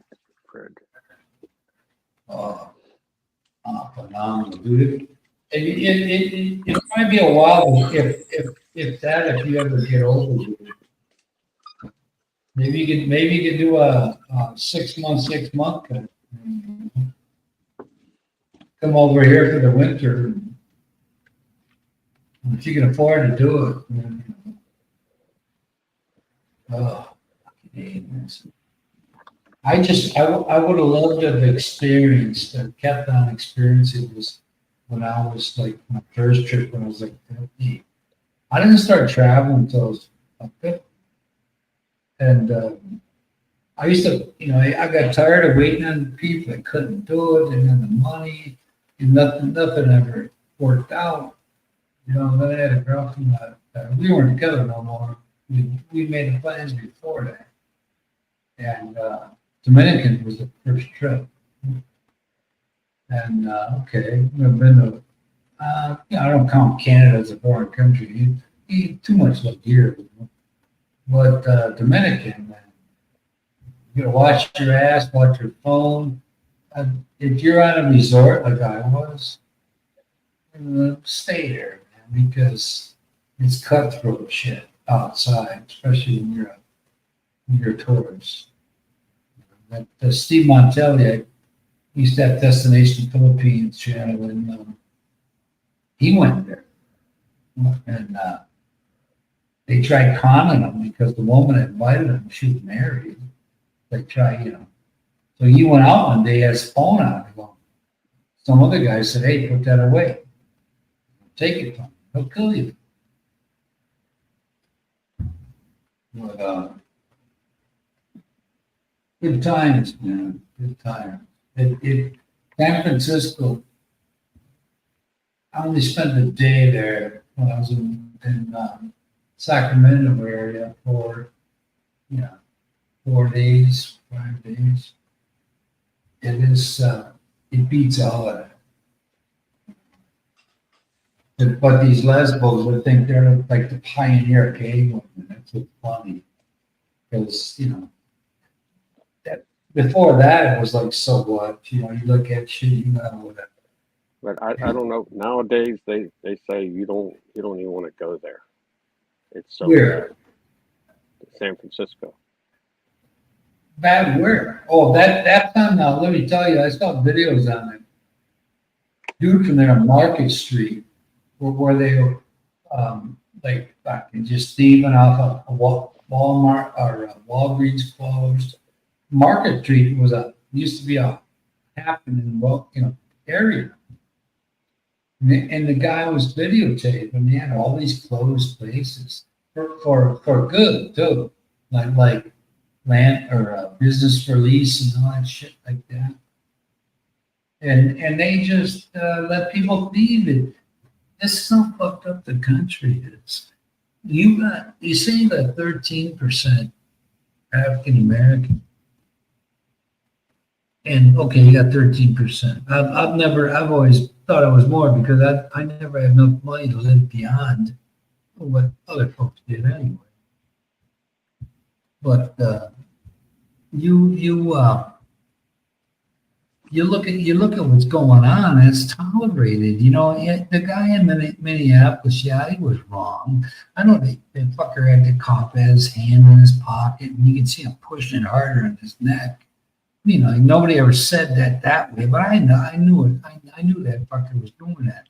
But the guy in Kenosha, that fucking guy, you know, his baby's mama called up, and he didn't want to return the rental car. He got 6 kids. He was a loving father. He was a fucking absentee fucking father. But if there wouldn't have been for that video and the cops, they tried to taser, they had malfunction, the fucker wasn't listening. So the guy reaches inside the car seat, like I know I'm gonna get paid. He's trying to get paid. I know it's gonna hurt, but I don't think he was counting on a dude shooting him 7 times. But if there's no difference, you know, there are more white people killed by cops every year because the percentages are high, you know. But what makes it so special that the governor that you allow for one guy that's totally fucking wrong, and you allow a city to get torched, and a lot of these folks who own the buildings they weren't insured, so they lost everything. But for one fucking guy was he's a fucking turd, man. And they let them trash $30,000, $50,000 vehicles, you know, because you don't want to create. And that fucking guy from Illinois that killed a couple people. The one girl was saying, "Oh, he was a great person, this and that." The fucker was beating that dude down with a skateboard, you know. So. What was his name? Westerhouse or some shit. But that's how fucked up it is, man. You know, if you're wrong, you're wrong. Why do you let as a governor or a police force let the death of a fucking loser that if there would have been a white guy, you would have heard by the 5 o'clock news that that's what it was. But not there no more. So you let this cost your state and people's livelihoods, and you let shit happen because you don't want to offend nobody. Fuck that, man. That's right, fucking. You know that was funny. I watched the video and it was like these dudes it was a Mexican baseball league. And the announcers are going, you know, of course, it's all comical. Of course, yeah, it's family night here. And then all of a sudden, the pitcher throws at the bat. He goes, fucking flings the bat. You remember when I was a kid? They used to use fucking right away before they say anything else. Because fucking flings the bat. You know, and the other guy goes, man, you know, down here, you gotta be careful. You'd be missing a kidney. Oh, shit. Oh, funny, man. Yeah, fucking. I gotta get my fuckings out there. People would say, why do you say that? What's part of the lingo in the Midwest? That's to state the obvious. When you say that like that, it's to state your displeasure or amazement that stuff happens like it does happen. You know, part of the American language. Okay.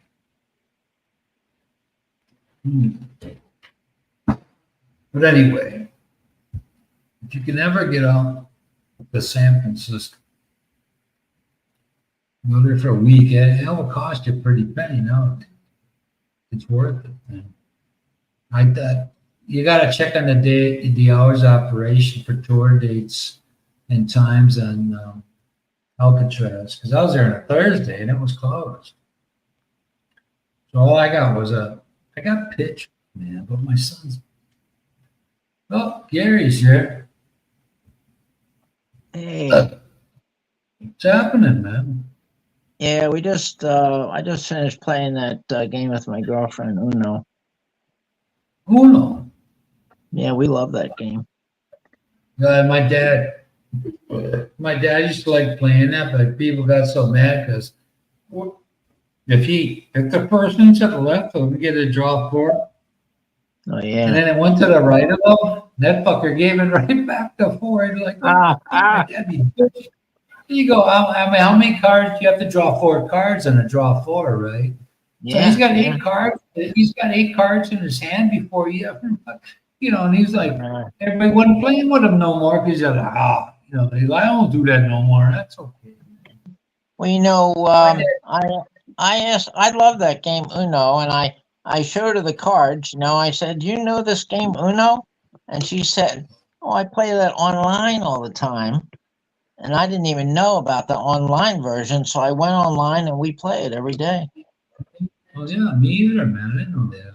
But it's a festive game if you're having a good time. Here in Yeah, Filipinos, it is good. My family used to play it too. My mother and father, my brother and I. my And dad even was this. just like, Go ahead. my dad was the sorest fucking loser there ever was, man. He You get pissed know, at you. Why with did you this, give that to me? Why don't you fucking go the other way? I played also with this the girl of the daughter here. She was when she was little, about 7 years old, and I said to her, "I play with you because you're a good loser." And I was telling her husband this. I said, "Your wife." I said, "I played with her when she was little, about 7 years old." I said, "I play with you because you're a good loser." And her husband said, "She's not a good loser anymore." Hey, Hey, Kristen. Christian America, because they think it's tough. No, that's not the. That's not that at all, man. That word is generally used by a lot of us, and it was just part of. I don't know if it was a certain income level or social level or whatever it was, but it usually meant like either a seriousness to the conversation or it was a funny part. That's all it was. It was never because they thought it was tough. Never ever did I even think of it like that. But when somebody's talking to you, and you're in the white hood or whatever, and you're going, that motherfucker, it's just like it was just part of Americana there, man. That's just I don't know. Kiko grew up in that kind of environment, but it was funny for me to see that. I did not. It was, I did not grow up in that environment. yeah. Well, I did, so I'm not making know, excuses. I actually say that word sometimes when I'm saying mispronouncing the Tagalog that I'm studying. Tagalog. Tagalog, man, Tagalog. I mispronounce it. And I say "fuck." Tony, By- I guess they don't remember Andrew Dice Clay, huh? That was way before that, though, man. I mean, well, that's where he was brought up, dude. I didn't leave out of the. I pretty much stayed within the area I lived in until I got older. Then, of course, you mature and you don't do. But if you would make me laugh about that play-by-play announcers, I'm sure the thing was probably made up. Fucking, it's kind of like it's a used word to describe the impact or the lightheartedness of a situation, fucking, you, I mean, you mean I hate you, and it was, but there was a funny story. You know, it's just part of a. Uh-oh, comes the fucking engineer. He's working tonight. What the fuck? Yeah, I know that an American are saying fuck, but when I listen to you, that fucking guy, that fuck, just Yeah, it's just it's a habit, man. You know, and I didn't swear in front of my dad till I was like 18. Then when he never he said that. He looked at me, I'm like he wanted to say something, but he didn't. I thought you can't fucking hit me now. I'm 18. Fuck that shit. You know, when it does become a habit, actually, because when I was in the Air Force, this guy and I, we roomed outside the base, and he was always cursing all the time. And I said, Charles, you curse too much. And I said, it's become a habit with you. When you go home, you're going to be saying these words to your parents and things, He says, "Fuck you." yeah. But I understand that you can say fuck a couple of times during a conversation, but when every word you say ends with fuck, that's where I'm.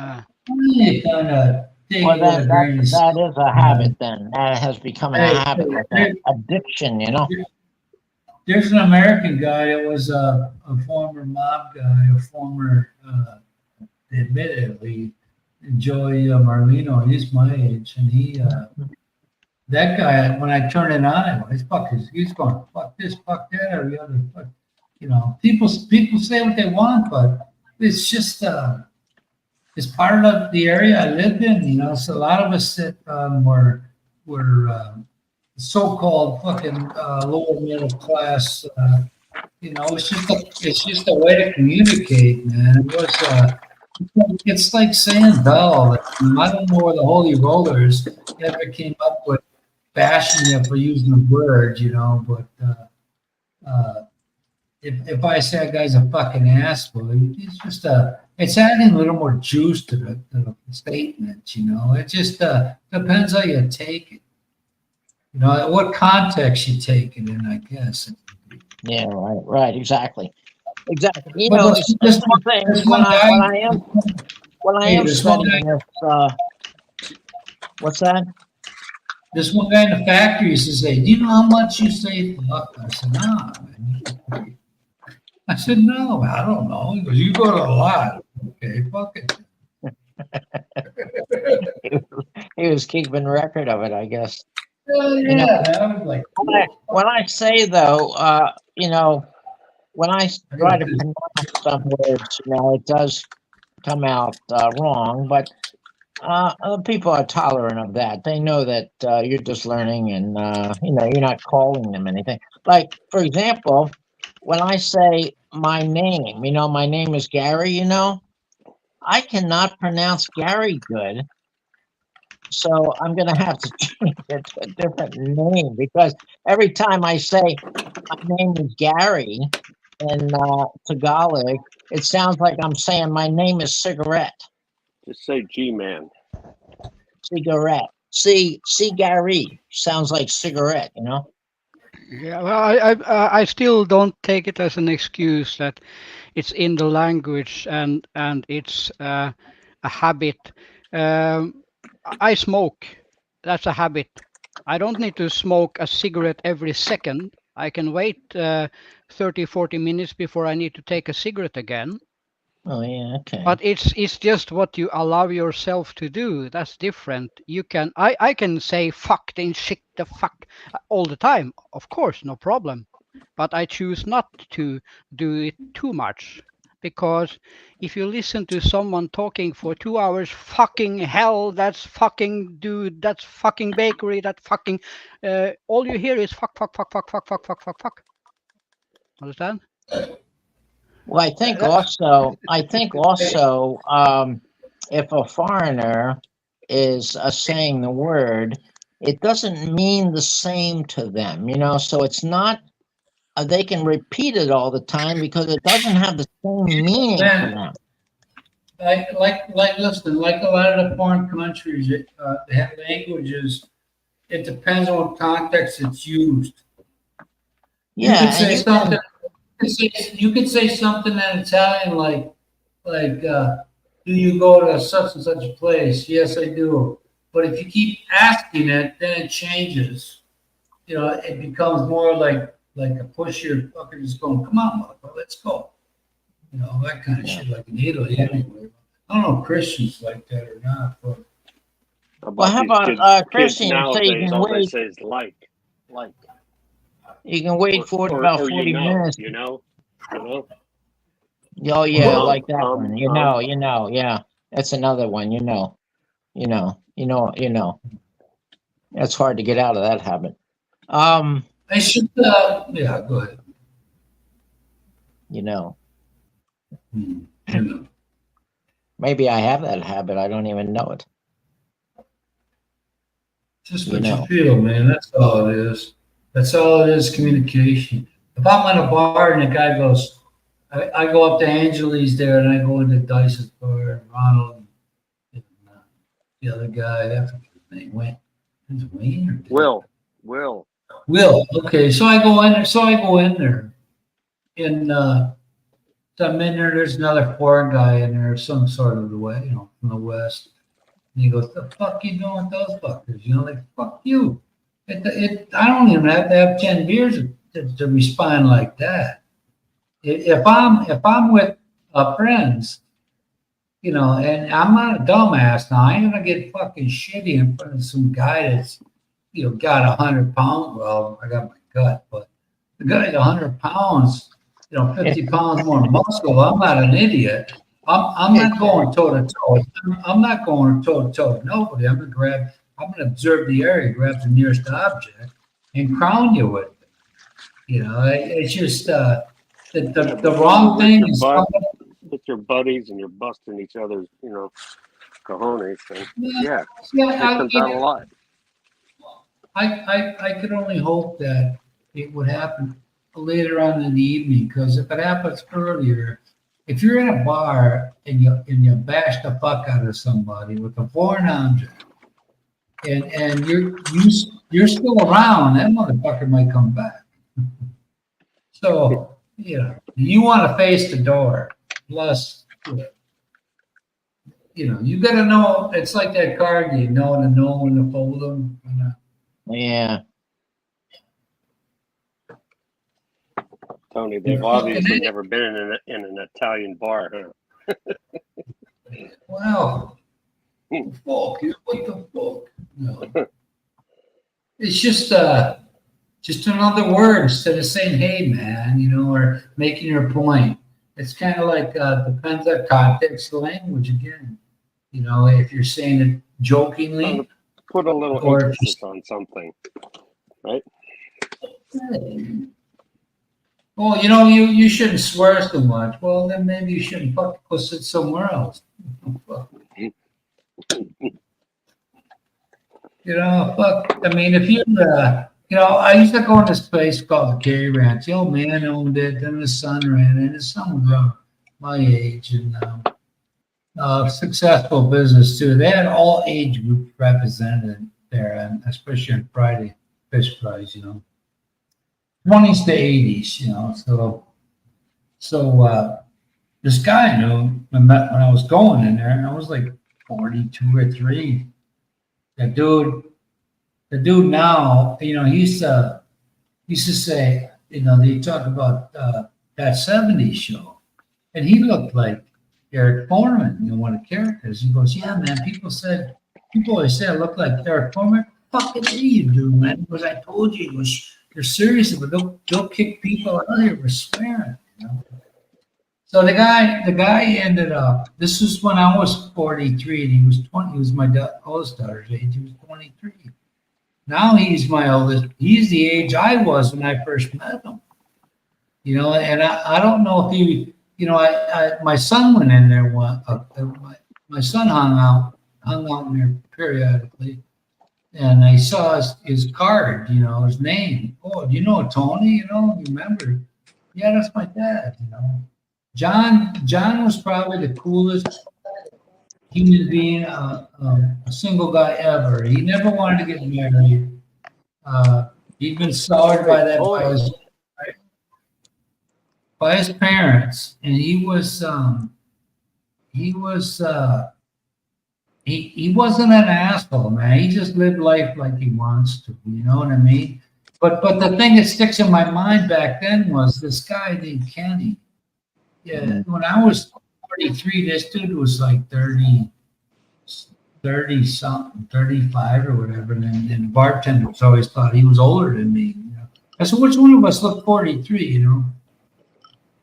But Kenny was, you know, he would online, these chicks were, I busted a bunch of them because he would sit there with this photo of some chick that, you know, was playing him because he was broke. He didn't know it. But Kenny, you know, and John says to me, Jonathan, but they spell his name J-O-N, the J-H-O-N. He reminded me all the time about that.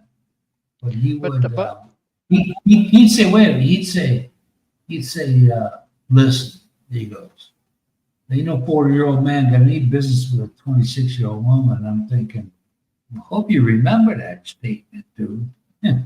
Because he used to tell me, I said, John, you know, I think it'd be easier if you told me who you didn't sleep with when they came through the door. And now I heard you talk like 5 minutes without saying fuck. It's good. It's not a habit for him. Yeah, but if I'm in a closed place, you know, and I'm in mixed company, I don't know. You know, when you're in a bar, of course, the booze helps. But if I'm like at a funeral, I'm not gonna go. What the fuck? I just got a. My uncle when my Uncle Roger died, one of my cousins, they're all losers, but two of them. But Kevin he had like 3 exes. Oh, these fucking chicks were hot, man. You know, and one of them's mother was the mother of one of our at the lock company. He was a tradesman, electrician, I think. Mm-hmm.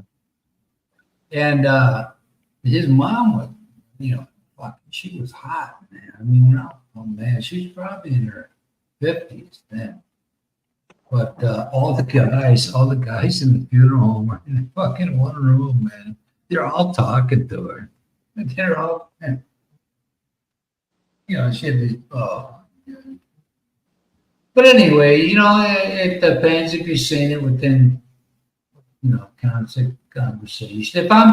If that's me and Christian, I might not say it as much. Yeah, right. But when I hear people around me, I'm gonna chime right in. So, Gary, where's your girlfriend from? Philippines. Philippines. Oh. Okay. I was asking that earlier, but Tony thought she was from Thailand. So. You fucking No, believe? No, you know, I had a girlfriend in Thailand, and I thought this was the one. And I was studying the Thai language, and I got like I was studying like the consonants, you know, and there's 44 consonants, and I got up to like 35 consonants every day. I was working on this every single day, and then all of a sudden she disappeared. And totally vanished, you know. And I even notified her daughter, and her daughter notified her, and she said she was working or something, concentrating on working or something like that. So anyway, but other people, I think guys on the panel here, maybe you said it, Christian, that she probably found another guy, you know. And I thought about that. That's probably right. That's probably true. Right. And now, all of a sudden, she came back. You know, all of a sudden, she's back now, you know, but now I've moved on now, you know. You know why? You know why she's back? She's back because she was playing all these other suckers. Yeah.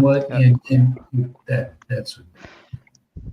Well, now she was quiet again. She was quiet again, and now Now she's popping back again, but I've moved on Well, now. because she needs money. Man. Did you send her money before? I didn't really send her money. She had a job. She was working in the government. She had like a uniform thing. So. That's what she said. But if she worked in the She government, worked why in the she government. I did if video calls with her. if she Now, if the she ha- only if she has a uniform, she is working government. That's for sure. she had uniform and things. You know, actually, there's only my girlfriend now. I feel pretty confident with, but there is one negative thing that for my girlfriend now. Mhm. She always on period. She doesn't do video calls because she's conscious of her English.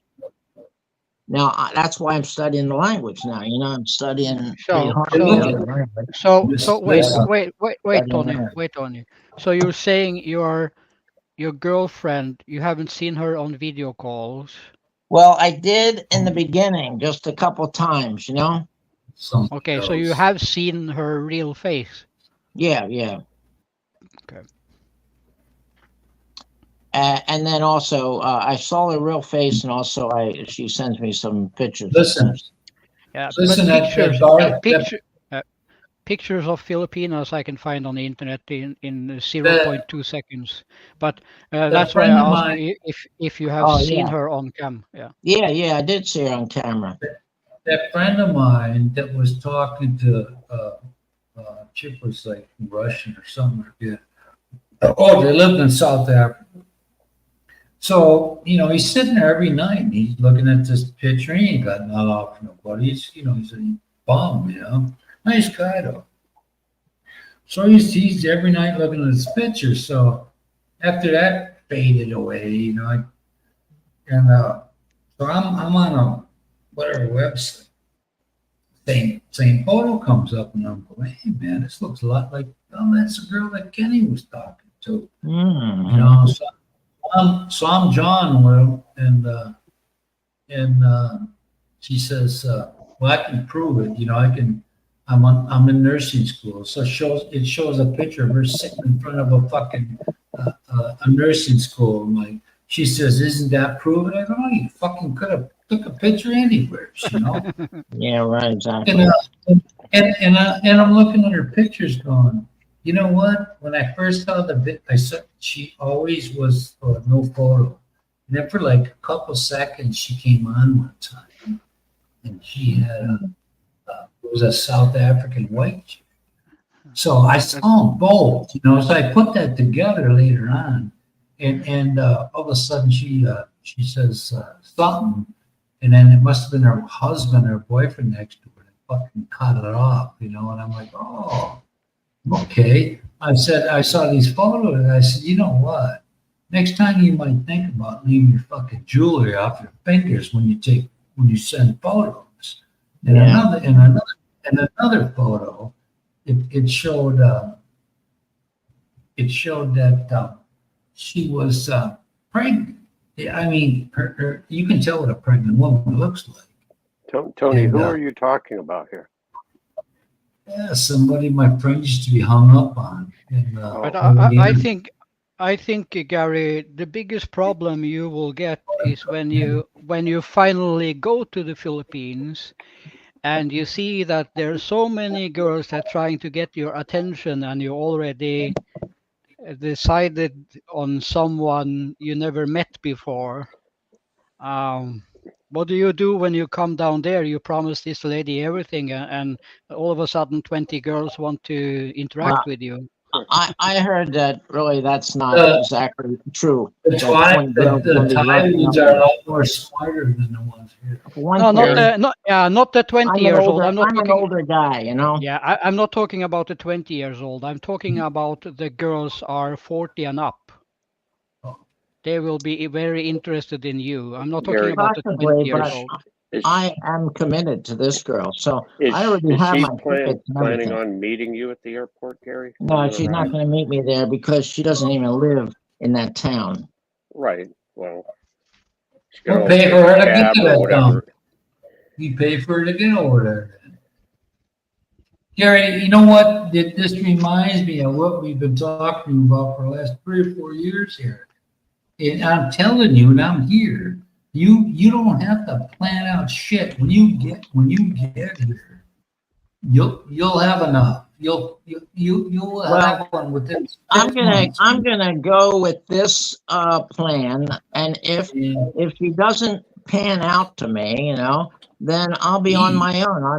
It's fine with me. I am moving to the Philippines. That's final. I'm already sort of there. I got everything planned now. You don't need to- The tickets, I got the hotel, I got everything. So Yeah, I'm not saying you shouldn't move there. Move there. That's good for you. Hey, I'm but as we I'm speak, what I am just saying is that if it don't pin out with this girl, there are millions of other girls. That's what I'm saying. You do whatever you want to do, and I think it's good that you move to the Philippines. I'm going to move to Thailand and use Philippines as a holiday place. yeah, right. Well, that's my plan, and then I finally, after 5 years, it's coming back, and I'm still not got rid of my stuff here, but I have contacted all my places where for they call it travel notice, so you can use your ATM cards outside the country, Yeah. well, what you do is you notify your bank that you're going to be out of the country X amount of time. So Yeah, I'm if going to anything beyond that time, they will deny any charge. Yeah. I'm going to call Visa because last time I was in Thailand, they stopped my bank card because they thought it was someone else because I took out the same amount of money every time in the same ATM. Oh yeah. Well, my bank is fine because, but I use Charles Schwab and I use Fidelity, because they get reimbursed for the money at the end. this is So this is before I got smart when I went the first time. I didn't know you had to do all that shit. So I bought a couple of things here. I was in the airport in Hong Kong, so I buy a Starbucks coffee mug because I collect those nice ones in places all over the world, and they denied the second purchase, and so I had U.S. money. Then the guy goes, I can give you change in Hong Kong money, but he's perfectly good English. yeah. So that taught me that before you go, alert your credit card company that you're going to be gone for a couple of months. Actually, I went to alert my credit card company and that I'm going to be traveling notice, and they said that we don't have to know that anymore. It's all right, wherever you go. One thing, Gary, once you're in marriage, the first 6 months, just rent a place, okay, on your own. Don't fall for this. Well, oh, you can live here. My family has property. Why don't we just build a place right here? Just take 6 months, live in your own place, and then get a feel for the place, okay, and for your relationship with this person, right? Yeah. Talking about relationships, I was watching what is that girl? Her name's P-E-A or something. Yeah. Filipina P. Yeah. Filipina P. Okay. Boy, she has a lot of followers, like 300 and some K, She had a lawyer talking on there. And this thing about when you marry the girl, you're sort of like marrying the family. There's actually a law for that. Oh, fucking please. It's a civil law. A civil law, Article 195, tells you that you actually the child has to support the parent. I mean, support them for their necessary items. And then Article 194 says what those items are. I mean, they're not going to. And if she's married, then the income of the marriage also has to go some to the parents for stuff that is necessary for them. They're not like, you don't have to give them enough money to take a vacation or anything. You know, it's just necessary items. And for if their you life. don't, what's the penalty? What's the penalty? Well, if you don't, they can take you to the court, and the judge will. There is a civil law, Article 195. They can take you. What year did that take come you to out? court. 1925? Huh? What year did that come out? 1925? Most Filipinos don't know about this law. This Article 195. Most of them don't Yeah, know about it. I saw that program too. Oh, you watch that? Yeah. Yeah. So there's actually a law. You know, it's a civil law. Here's another law, Gary. If you're with a girl and it's consensual and she's married, and you know she's married, over here, in America, you're separated. But over there, I watched that Locked Up Abroad. This English guy had a girlfriend that the ex-husband never thought nothing about, and she had 2 kids there already. He impregnated. Oh, But- you know, and- this girl. And- This girl he impregnated her. But by Philippine law, that child belonged to her husband, not not Right, to the first original marriage. marriage. Oh yeah. You know, so. actually, my girlfriend has her name? expressed that she wants to live in this town because it's not in her town where she lives. It's like 2.5 Where they know hours her. away. 2.5 hours away, because she says, I don't want to live where my parents live because I don't want them to depend on you and stop working. Yeah, that's true. That's a good sign. Yeah. Yeah, that's, So she's going to meet me. She's going to bring her mother and her sister, and they're going to meet me. I'm gonna not be there at the- too. Not at the airport, though, you know, but because I would like to actually get a hotel so I can relax. I mean, I've been traveling since July 30, and I'm arriving there August 1st, you know, which is actually a time difference Hey, thing. And I just want to rest, you know.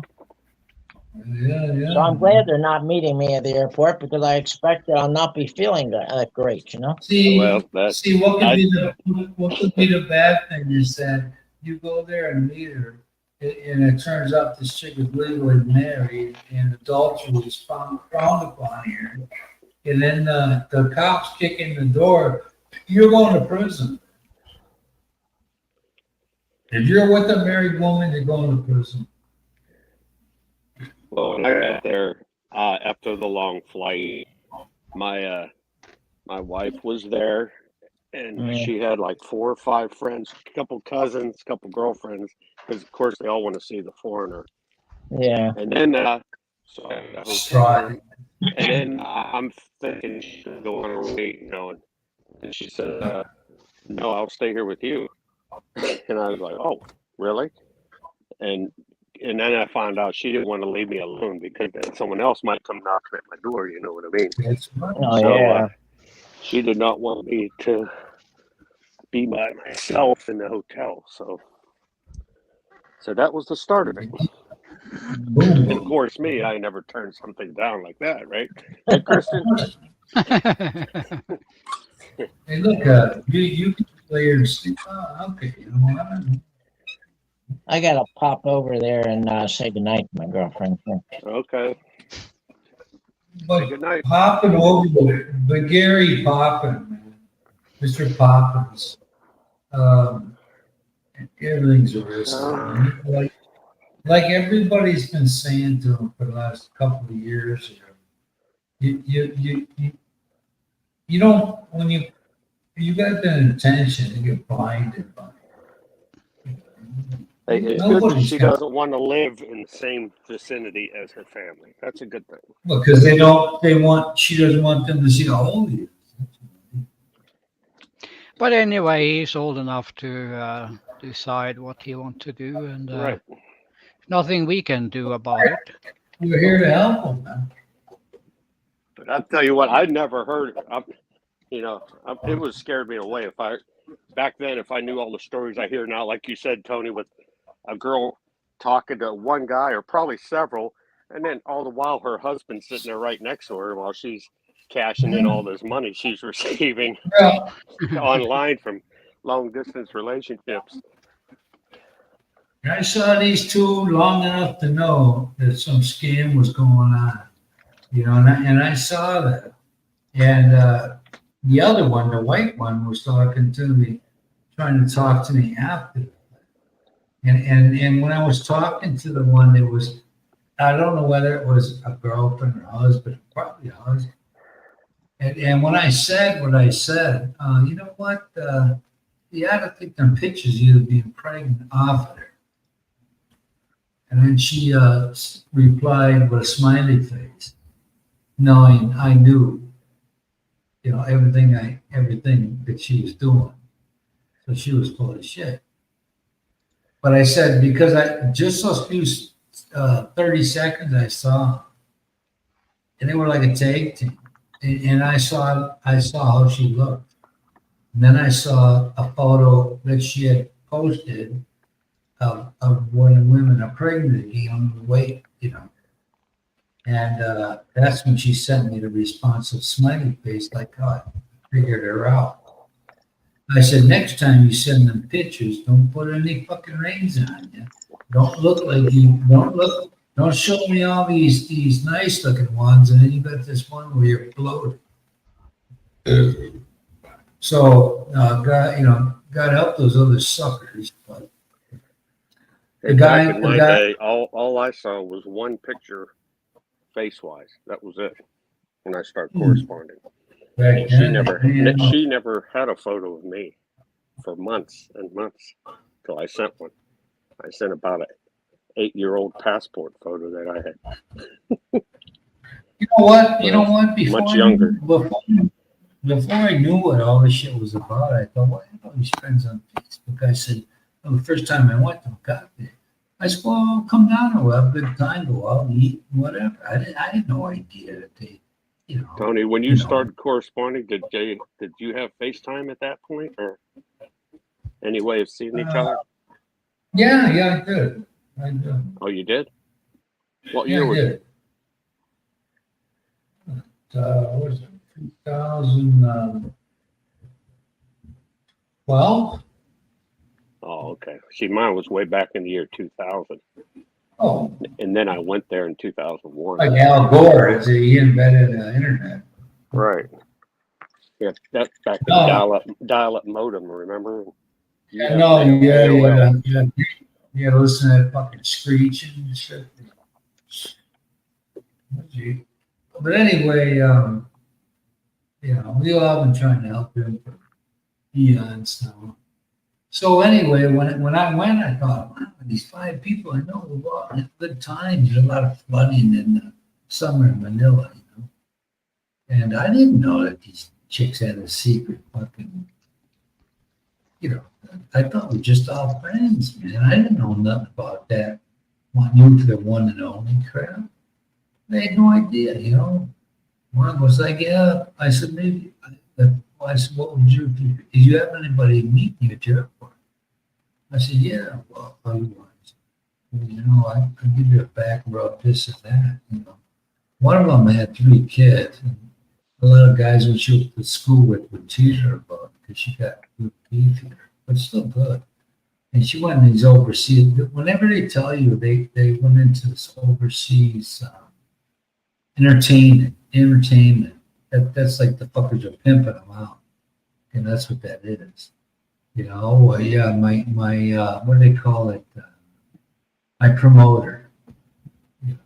So this one she went to Malaysia, but she was the girlfriend of some DJ. She had 3 kids back in.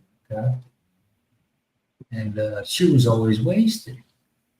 And I'm like, what the fuck is this shit? You know, because I was gonna say, hey, why don't you come over here? You don't got to do that for a living.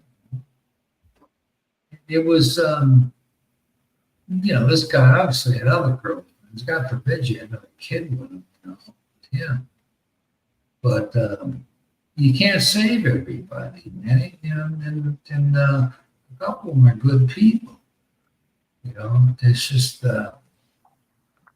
how it worked out, and you know, you wish the best for them. But when they see a woman that's in the need, a financial need, you know, then they pour on the bullshit. So that's why I say with what's her name, Jane. What's the she's would have 4 kids already. I don't even know how old they are.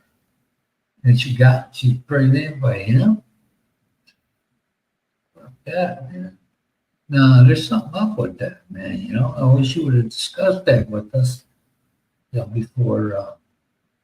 Because we all know we all have the best interests at heart. You know, we don't. But she's headed down a rocky road, man. In case she's listening, you know, it's a shame too, man. We're all there for her, and then she chucked it to the side to some others dude that had a fucking mental problem, and she had to get a restraining order. You know, the idea behind all the advice and care and everything was so you don't have to experience that again. So did Gary ever say when he's flying over there? Is that the end of this month? Something like that in August or something. Pretty soon. But I need to remind you that we've been involved the last couple of years. How long have we been talking? Most of us. 3 or 4 years. Gary's gonna be 75, or not 75 now. It's about 4 years. I think. But the thing is, you can help people that want help, but you can't help people that don't want help. So. Well, we know that. We know that, but we keep trying. You know, it's just, and a lot of it is either life's experiences or a logical thing. You know, where right is right, wrong is wrong. It'll work. It won't work. No matter what you might think. You know. So that's all it is. I mean, if you look at all he has to do is show up. I can't tell you how many times we've said. And if you're there, you just show up. It'll work. You know, getting this pre-relationship something, especially at that age. You know, I wouldn't think. When she finds out if you have a limited income, dude, she'll be gone. So milk that fucking cow. Yeah, if you're just on like basic Social Security income, if that's all you got, it's going to be tough. Gary's bad.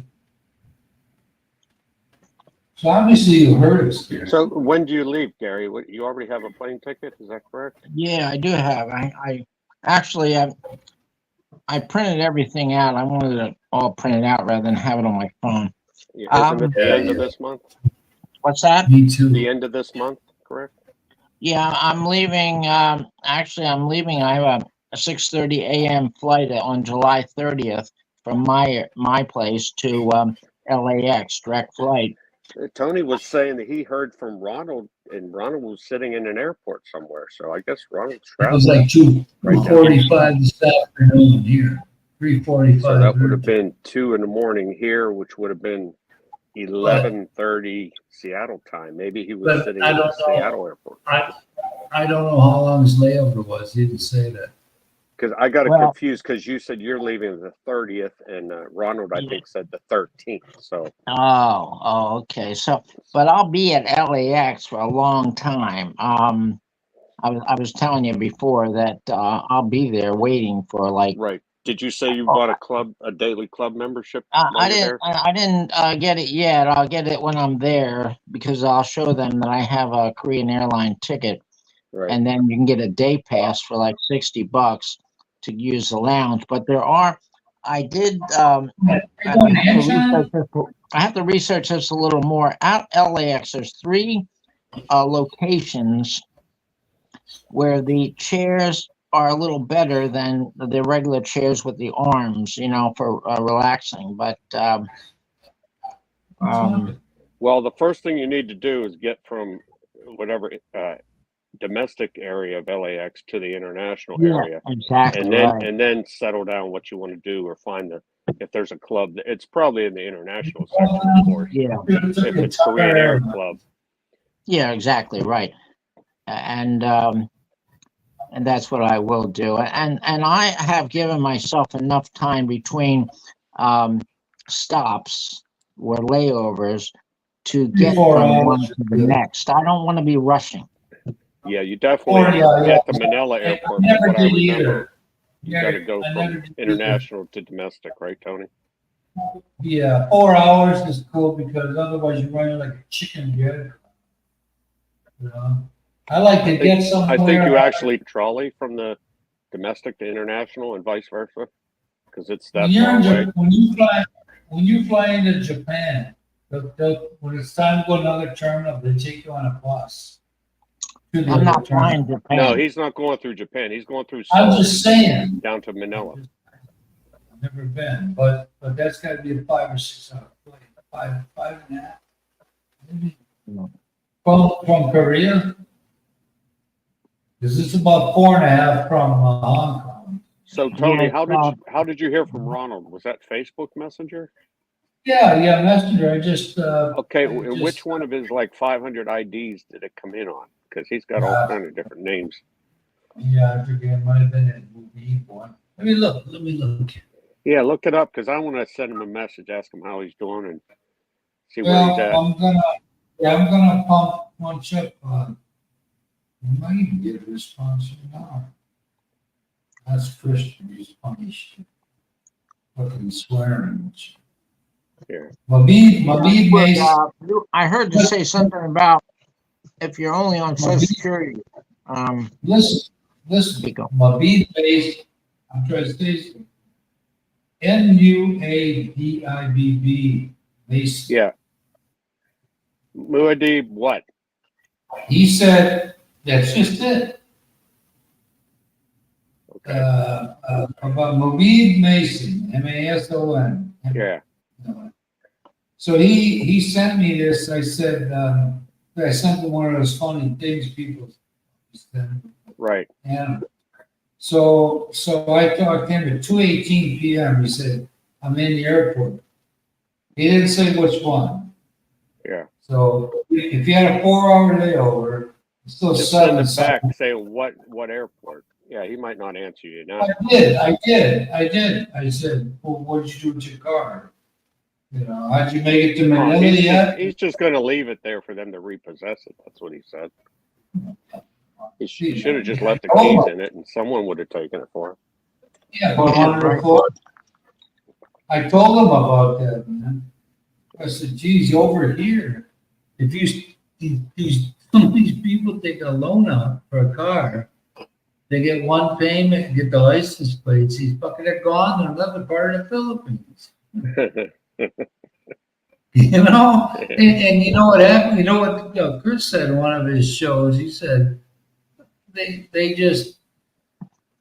don't have a credit system where they blacklist you for that shit. You just do it. Yeah, if I owe $20,000 on a $50,000 loan, they're not gonna go, well, you owe us, no, fuck no.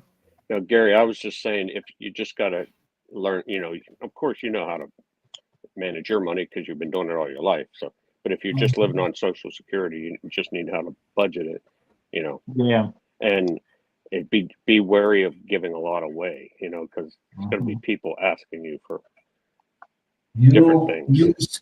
You say, and not in a direct way, you said, look, I just got here, so give me some time on everything, because you're going to have everybody, your brother coming up to you, possibly.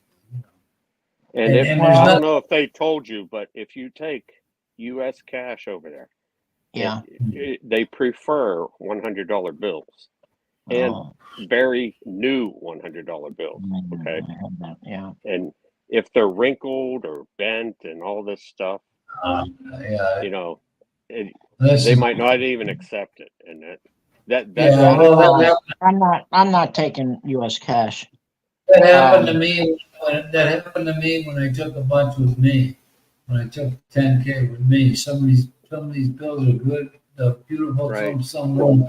But Yeah. what I did the first time or the second time, I thought I had learned shit because if you don't have a bank account, banks are gonna deal with you. I went and got what do you call it? What the fuck I can't think Traveler's of. checks? Traveler's checks. I got a ton of traveler's checks in different denomination, 100, 50, 25. So when I went to these money changers, which was all new, it was all new to me.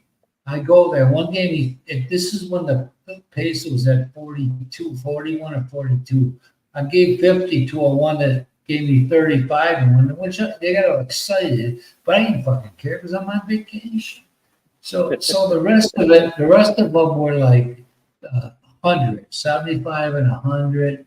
Yeah. And so as I was in a cockpit, there's plenty of Muslim, they run all the money shit. This town I'm in, they don't have all of it. So when you got there, I even posted a picture of some ladies there with my wife.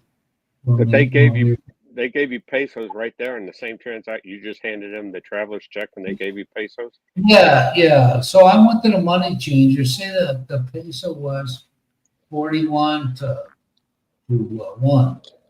They would give me 38 or 39. So it's a vacation. Yeah, it is.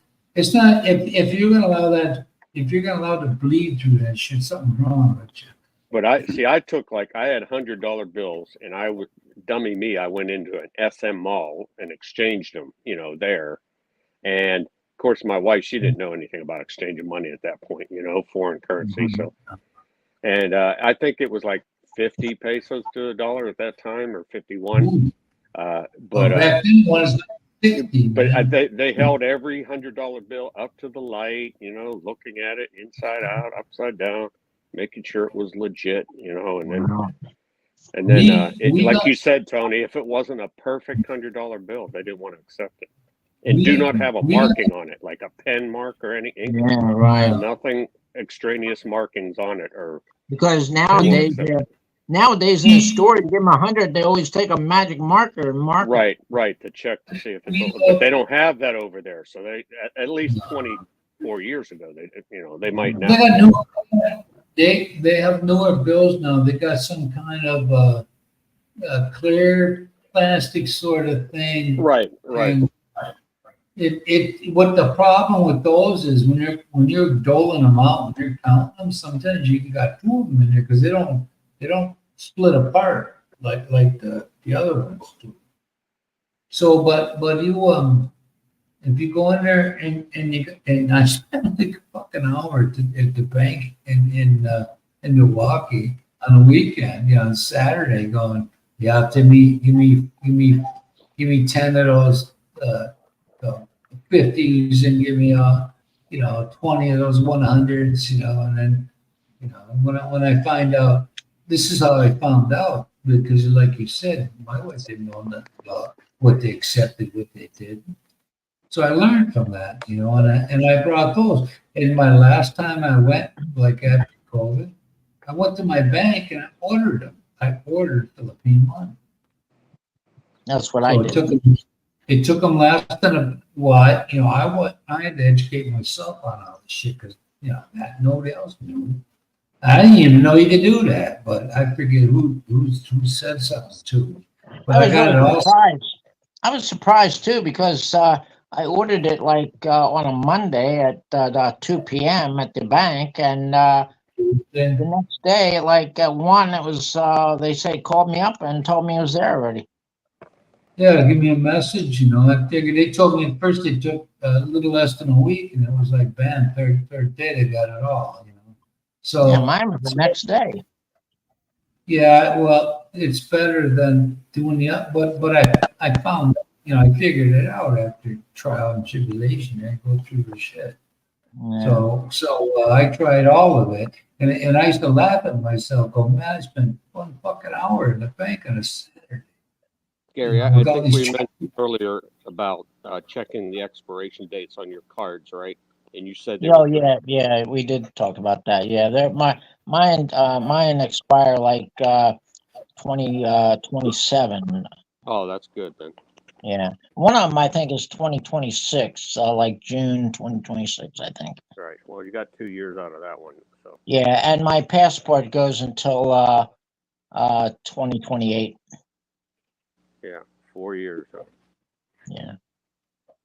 But your So Charles Schwab, that's probably the best one. You said yeah, I've been actually, for before that. Fidelity, they said, how long are you going for? And I said indefinite, and actually they asked me, are you moving there?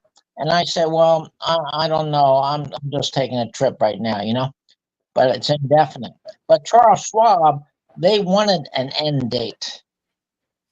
Oh, So they said 6 months, 8 months, whatever. So I put 6 months until January 31st, 2025. And then I said, I'll call you back if I'm extending. okay. And you said you're Gary, what part are you coming here? What island, what city? I'm going to Leyte Island. Tacloban. Well, listen, I'm sure you heard me earlier. Michael lives in Lake. Michael, unbeknownst to me, listen up. Unbeknownst to me, he's got like 3 properties. I don't know if they all have housing on them or what, but he Wow, told 3 me he could rent. properties. He Properties. told me, listen, he told me he could rent you a place for $91. But Tony, he's hours south of where Gary's going to be. Hours. Well, I'm just saying, I'm even more. Well, maybe he'll come to Tacloban and rent another place.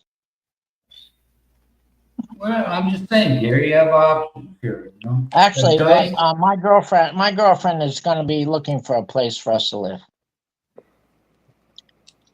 Going to go around with her mother.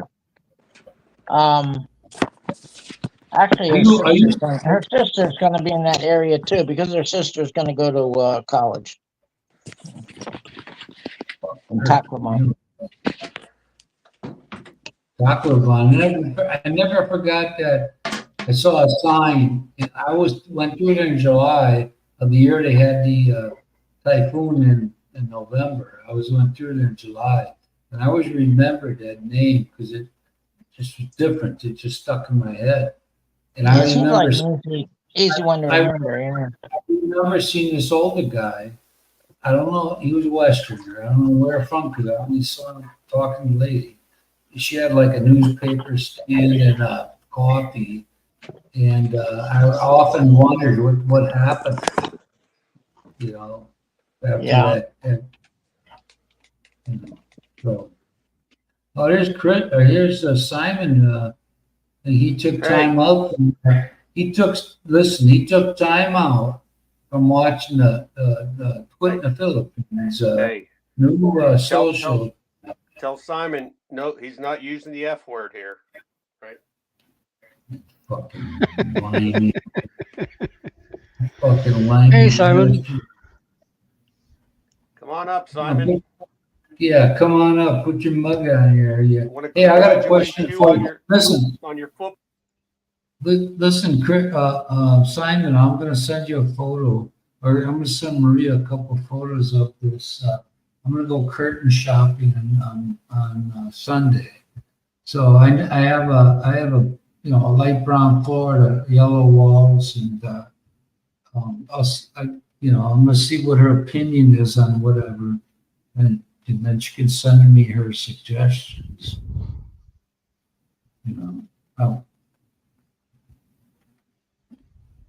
Hello, Americans and Christian. What the fuck are you trying to say, man? What kind of shit is that? Okay, Tim K. what did I miss? I lost audio. What were you talking about there? Yeah, I don't remember. Curtains. Yeah. I'm Curtains. gonna see. Well. Listen. Fucking listen. I went to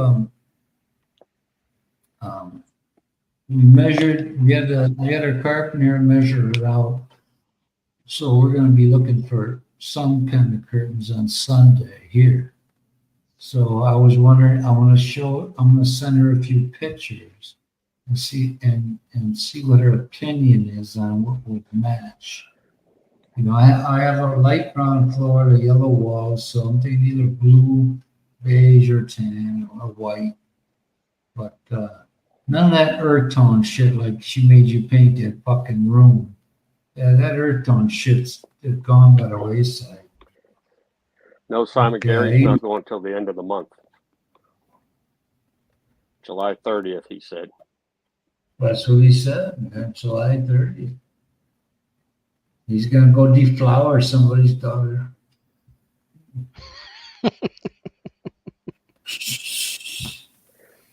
But You he look said behind. her mama and sister Hey. did go apartment hunting for them. So Tell them what happened with you looking over your back when you showed those fucking P&P officers and bust the door down. On your first visit to the Philippines. Yeah. See, I want to send them to her and not to everybody else, but it's just I know she's one for the equity kind of thing, but I just don't agree with her on that earth tone shit. And she painted that room all fucking gray. I'd have had a stroke over that. But who decided the color outside your house? Outside whose house? I did. Tony picked it out. He wanted a Jimmy Buffett kind of style margarita. No, all I wanted from there. See, I there was this color. This isn't the color it is, but there was a sky blue, and they only made it for interior paint. Because initially I was going to get a white floors, the sky blue that I wanted, and the only one available for exterior paint was a different shade of blue. So, you know, I'm thinking, well, I got the light brown floor. It looks like wood planks. So, what do I need for the walls? So, I wanted in America they have a color called pineapple cream. Would have been perfect. A little more white, you know, to the yellow makes it. And it wasn't available here. So I went with the first one I took. It was too fucking much yellow. Okay, I was a little scared you might have joined the LGBT plus community when I saw that color. Hey, I ain't into that Yeah, shit. Kristen, he went from talking tough to talking about pineapple cream. All this fucking happened. You're halfway to that shit. What are you talking? He's a diverse guy. Fucking like intelligent fuckers here. Next, you're going to tell us about your French haircut. Now you wonder why I say fucker, huh? Fuck you.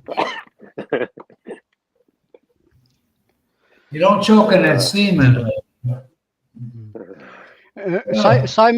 Simon, I have a joke you should tell your wife. Oh, no. I'm going to block this fucker. Tell her to say Alpha, Kenny, and 1. And she need to say it as fast as she can. I mean, if you have cock soon.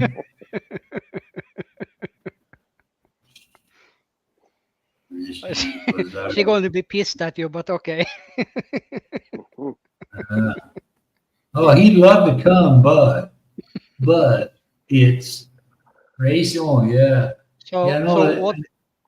Hey, I what know is what it? it's like trying to let some birds go and I'm half in a fucking bag. I give them instructions.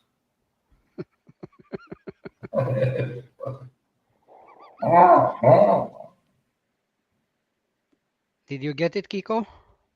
Oh, yeah. I'm not wouldn't as think- slow as Tony. It'll take him a couple weeks. Oh, fuck you, man. See, I knew What I'd the get it fuck? out of him. Now you know why? You wonder why you fuck?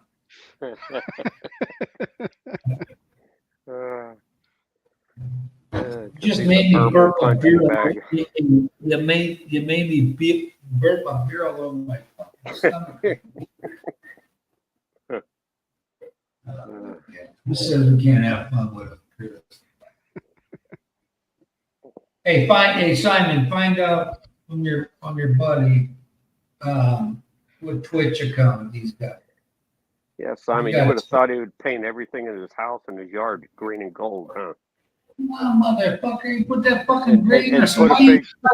put his on his address on his mailbox, 13 rings or something like that, whatever they Hey, do now. well, that 13 rings with a fucking on your finger, fucker. That's what that was. More than any other team in the NFL, 13. The game used to be called the NFL title game. Yeah, before the Super Bowl. How many Super Bowls they got? Four, they got four, 3, 4. They got 4. But, fuck the Super Bowl. Listen up. Before the Super Bowl, the game was called the NFL game. And I was on this discussion with all these fuckers that said, Dallas has so many, Pittsburgh's got this. I said, Green Bay's got fucking 13, man. So you're 6 or 7. I knew I'd get him going. Yeah, fuck you, man. Fuck it. Hey, Christian, why don't you silence it? It doesn't take much to light that fuse. Yeah, I see what him here writing. I didn't know that Simon still had contact with that schmuck. He does, man. They're fucking Yeah, what brothers happened? and Maybe did he go off of YouTube? Maybe he's just doing that other one now. What's that called? Odyssey or something? I've never been on it. He had to change his identity, I guess. It's all Schmear. He didn't go home with Adrian. Oh, Simon, fucking what's the new cheat. source of income? Sucking cock. Are you a member of his new one, Simon? Giving him monthly support? So he didn't get any more money from YouTube? Is that why? I can tell you. I have no idea. I beat child support of 4 kids.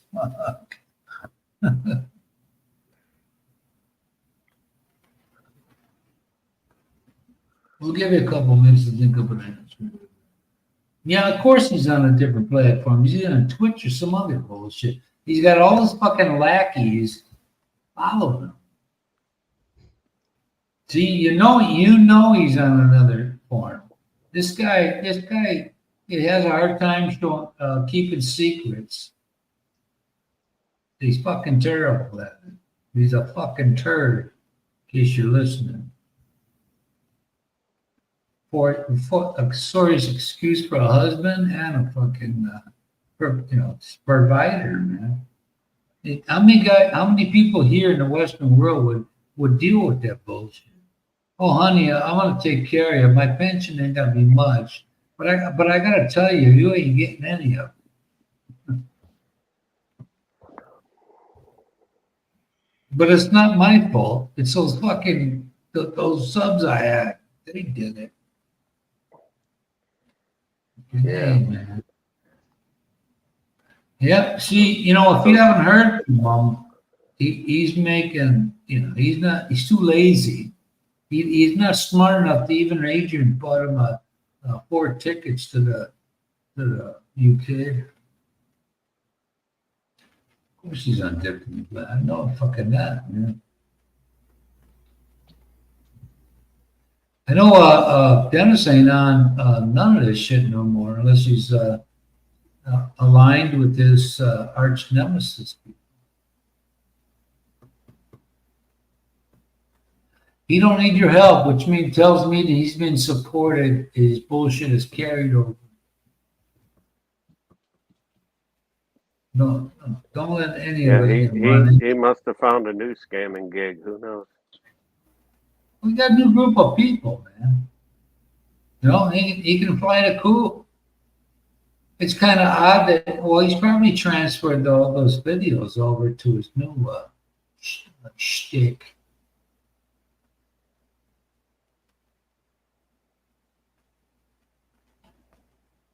Well, Chris, I know you wouldn't do that to me. Oh, yeah. Yeah, you don't know. But anyway, back to the Anywho, business of the day. Um, we're all good here. You don't have to live a lie to make shit happen. That's Get the- like most flighty businesses. Once they get caught Good. onto, they pack up and move on to new territory to find The new people victims. the people I converse with are the only people in this world I know that would help each other, like we did when we got Christian new computer. How many other people would even be willing to donate 50 pesos on something like that? You know, Well, you obviously had a dude supporting his wife and his two kids on that's free just money, it. and he probably That's- still is on a different It's all platform, as obvious. Simon said. He ain't gonna break a fucking sweat moving his body. But I'm just saying that you make all these promises and to somebody, and they think they're gonna be taken care of when you die. When you know, my wife has a cousin.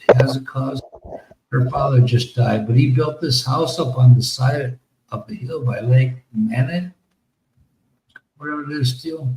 Or you know the people, you know the name of it. So he just passed away, but the daughter had a husband in the UK, was a constable. So if she wants to collect that money, if she leaves England, she don't get any of it. If she leaves it permanently, now I don't know about I just filled out something that to let them know, proof of life, kind of officially it's called. But she's in the UK. No, that's because of his pension. Now, I don't know about a government pension for anybody else. But if that's the case, it ain't, if she had to move there, she wouldn't get enough to make ends meet over there.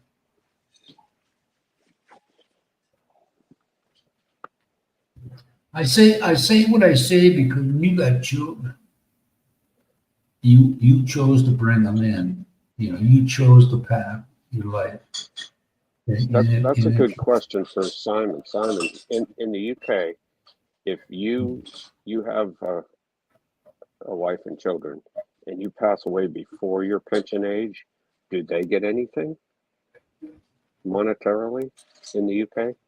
I know you get to what, £800 or whatever it is a month, which is pretty standard. But if you die before you reach that pension age, do they get anything? That's a good question. 20s, holy fuck. What did he die of in his 20s? Cancer, gotta be. What I'm saying is, well, if you were in America and you had a pension from a government pension, you can go wherever you want. They're still going to tax but you pay what's called a survivor's benefit. So when you decide to retire, like me, you get 10% less per month. Yeah, well, here's the you choose that option, and that they only get half of when you're gone. But I think it's a bit different there. But my father had to listen. When I worked in the factory, if I'd have known I could have got a job at the bus company in '85 or '87, I took it, because that pension there was $800 a month, no matter how many fucking years you had. My dad had 40, I had 15, so I get 400 out of there.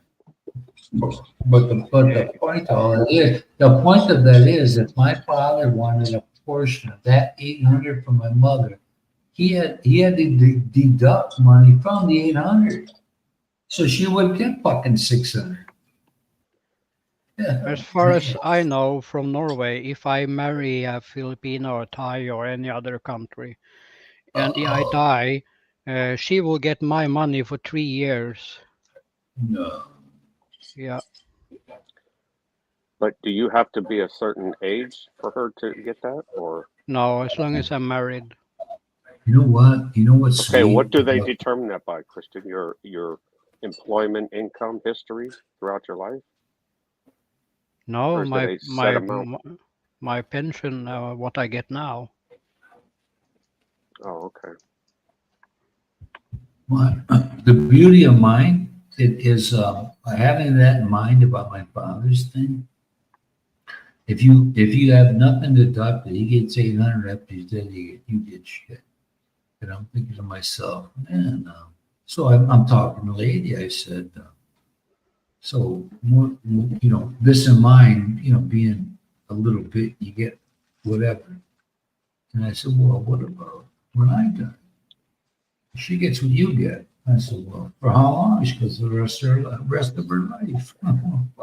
Plus, Tony, I mean, talking Social Security alone, she should get No. I know. I'm just talking. I know what you were talking about. I'm talking. You don't Social get shit. Security. She's not a citizen. She's not a citizen. It doesn't matter. She You would gotta still be. get. You were You married, got- right, for more than 5 years in the U.S., right? Listen, Resided there. listen. You would get yours plus a child under the age of 18. Look, listen. Look at your statement, okay? See what it says. Look, We don't get listen. physically, but you can go online and see your. Oh, I got mine. Well, I have to turn on my SIM card because I got It says spouse with minor child. What they would receive, death benefit. I'm gonna tell you in a minute, right now, the nearest or closest test or similarity to it. Shit. One of my coworkers retired, Mexican guy, Mexican American. His wife was here illegally, but she wasn't American. That just did.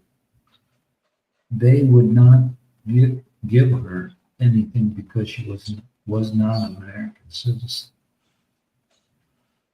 Or So no, if he she was died- not there legally. If she would have been a green card holder, a permanent resident, I think that would be different. Your Could wife be, was but at I one would- time a green card holder, right? At one I time. wouldn't want to take that risk.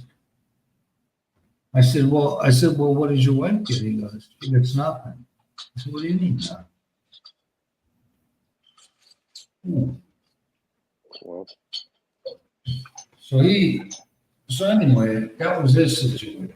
yeah, that was Yeah. the situation. They're all different. So. Yeah. So, but do you want to bank on it? I mean, you would have to scream like a fucking wailing pig, kicking and screaming, the American. But even Tony, even if not her, your son would still get something because he is Well, a sure. U.S. citizen, right? He Yep, would get, you get- that portion.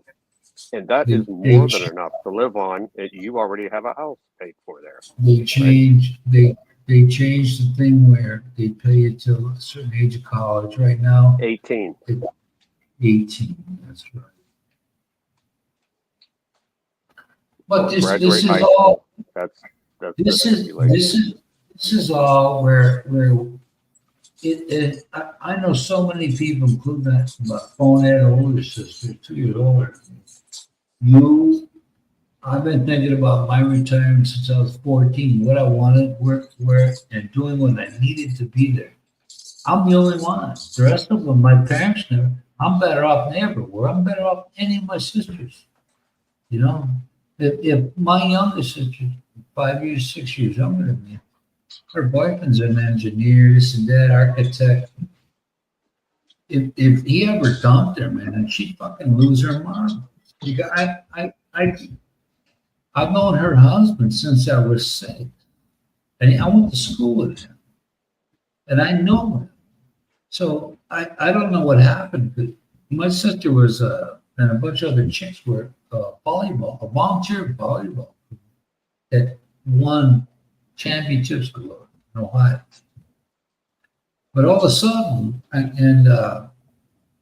all of a sudden, she was getting influenced to talk in one ear about these other women. My brother-in-law was not that big of an asset to warrant the switch, the switch in her personality.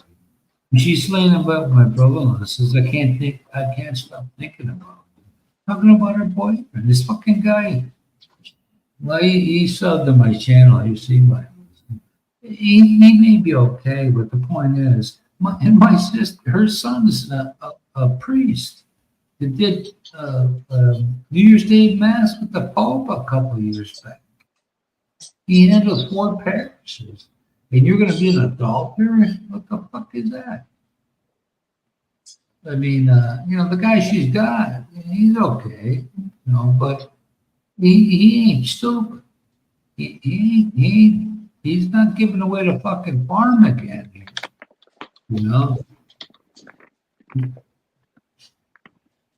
If you haven't learned anything by now, you'll never fucking know. I hate to say fucking Kirsten, but I couldn't help myself. I don't mind if you say fucking sometimes. It's in every word I was talking about. Well, put some fucking Italian, so. I'm a fucking Norwegian. I think about this almost daily. I think to myself, the majority of my mom's side is Scandinavian, Danish, mostly Swedish, Norwegian, and it's cold and eat fish, right? So the majority of my dad's is from northern Italy, where it's cold and eat fish. I'm like, I can't fucking stand either one of them. I can eat fish till my stomach burst. Yeah, they're like that here with that shit. But like Charlie the tuna, I don't know if you ever heard that character in America. Mercury Charlie the tuna. Yeah, where they get that fucking tuna from in the Northwest, in the Atlantic, in the Northern Atlantic, that shit full of mercury poisoning. But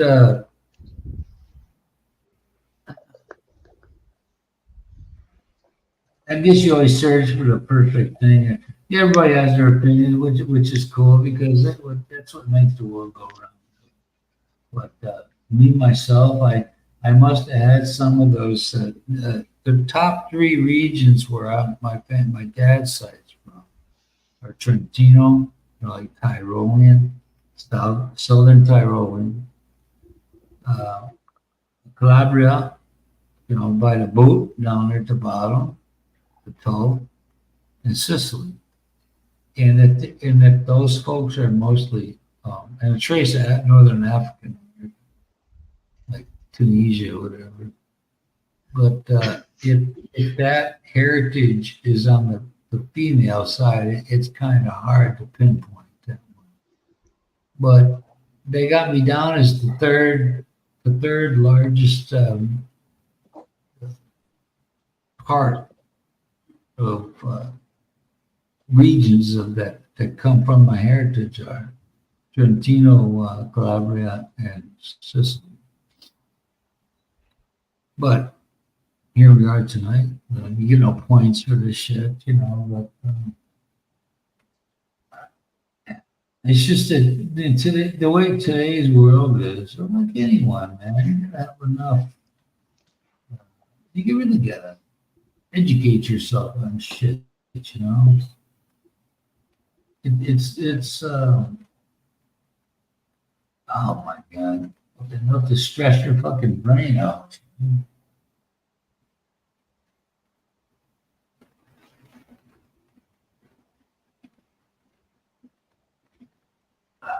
Google Chrome is using my webcam and I'm in the dark.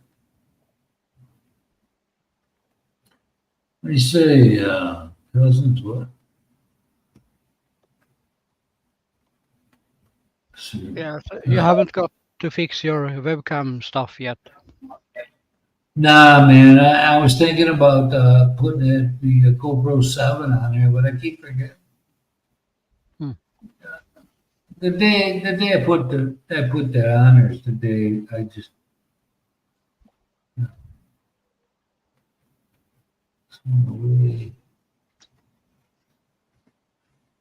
Yeah, man. Cousins just passed away. Ooh. Oh my God. I had a cousin like that, Simon, but she always give me these big hugs, you know. People, rest families are going, what the fuck? Getting that little more than you probably should. She did it at her 50th. I didn't go to 50, 55, but she gave me a big hug there she came up and her parents came up to my mom's apartment and her sister, they got three kids. The two females died within 6 months of each other. One had a stroke, the other one, she died in her sleep. One died in her sleep, used to give me hugs, and her dad, well, hey, that's a pretty big hug. And she'd say, well, I never know if I'll see him again. You know, I'm thinking, okay, you know, a couple years younger than me, sure you will. It fucking didn't work that way, you know. And then my auntie dies, almost a week after her and my dad's youngest brother, he was 77, she died, he was 80. They used to dance up a storm, man. They'd win competitions. They were something else. But you know, my dad family, my experience with Italian side of it, assholes, man. I don't have anything good to say about them. You know? I just trying to get none of them ever made me feel warm and fuzzy. What do we got here? So, Simon, what do you think? That what other alternative social media outlets are there aside from what I'm thinking about? You have many. You have Rumble and Well, I just thought. You know what I think? I think for a while he's weaning himself off of something, went on to another one. Once that took hold, they just kind of just let it all go. But I couldn't imagine. I got to imagine that the availability to watch the former live streams or videos is kind of different, you know. Oh, yeah, when I'm finished with people, I'm finished with them. I don't go back. I don't know. It's just maybe this is just a boring time for me. I'm just the reason is it's just that stupid people do stupid things. It doesn't mean that everybody that has feelings or a heart, you know, never get hurt because everyone does. His cousin, young too, huh? Jeez. One of my youngest sister-in-law, her friend killed herself. She had a husband. She was having an affair, circumstance, you know, why she offed herself. She had, if the story goes, she put the kids in the, took the kids from outside and went, in the room, fucking, I don't know, she shot herself. But rough situation, especially for the kids. You know? You said she did it in front of her kids? No. She sent them outside, or you know, maybe the dude she left her husband for dumped her. You know? Yeah, there was a guy when I retired. Well, there's a younger guy. He was younger than me, but see, we could retire. He could retire like 56 or something, 56 and a half. Man, he was counting the days, right? So he finally, after I was retired for about 8 months, I was talking to one of my other former coworkers, and I said, "Oh, hey, whatever happened to so and so? You know, is he retired now?" And he said, "Oh, you didn't hear?" I said, "What?" he said he took his own life. I said, what? I said he was counting the days. He was so happy he was going to retire, and get. Plus, he had like a reserve pension from the military, Air Force Reserve, and he said, my coworker said, yeah, I guess he got some bad medical news, and he just went home and on the back porch took a shotgun and, oh man! But this guy was always upbeat, happy, and counting down the days, and I don't know what kind of diagnosis he got, but man, he took it the wrong way. I can tell you from having thoughts of doing these sorts of things, it is not, none of us is that far off from that, because the folks that do it, yeah, outwardly life is great, but inwardly, you're wrestling with either demons, alcoholism, or the situation, maybe years of unhappiness within the spouse. But you'll never see it, because you keep on trying to make it seem like it isn't what it is, and all of us. I said this a long time ago. My employer too. I said all of us is just a job away from being fucking losing it, Just because you got, look at Robin Williams, the actor, just because you got millions doesn't make you fucking happy. It's just, not anyone's fault, but nobody's trained to deal with that in the immediate family, my nephew's brother killed himself, and they had no clue. He was always a good, happy kind of guy. And he never let on to nothing to no one, So inwardly, when you have had enough, it just seems like you're just overwhelmed by situations. That's it. It's really not hard to understand why people do it. All I can say, there have been times in my life where I go, man, fuck this shit. You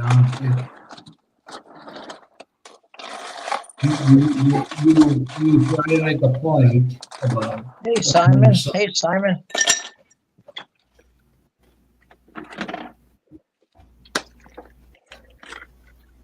Yeah, you pay attention. Yeah, I don't know what your buddy, what he gets. I think he gets a good. I don't understand how things work in Canada. If he were in America, it would be like a Teamsters pension. Hey, Kiko, is it cloudy in your area now today? It's not bad. I mean, it's always cloudy in Pennsylvania, it seems, but humidity's not bad this morning. It's supposed to get to 88 here.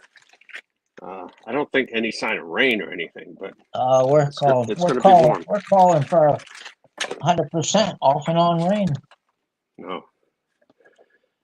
Well, I think we're okay for a while. I'm ready for this hot weather to get over with, though. Oh boy, we've been having hot weather, haven't we? Yes. Do that shit purposely, man. You're gonna be in a box for eternity. I don't get it. Yeah, but you're not going to feel it, Tony, so it don't matter. Well, you never know. Not everything's what it seems, right? Actually, our temperatures have been this past month similar to what they have in the Philippines.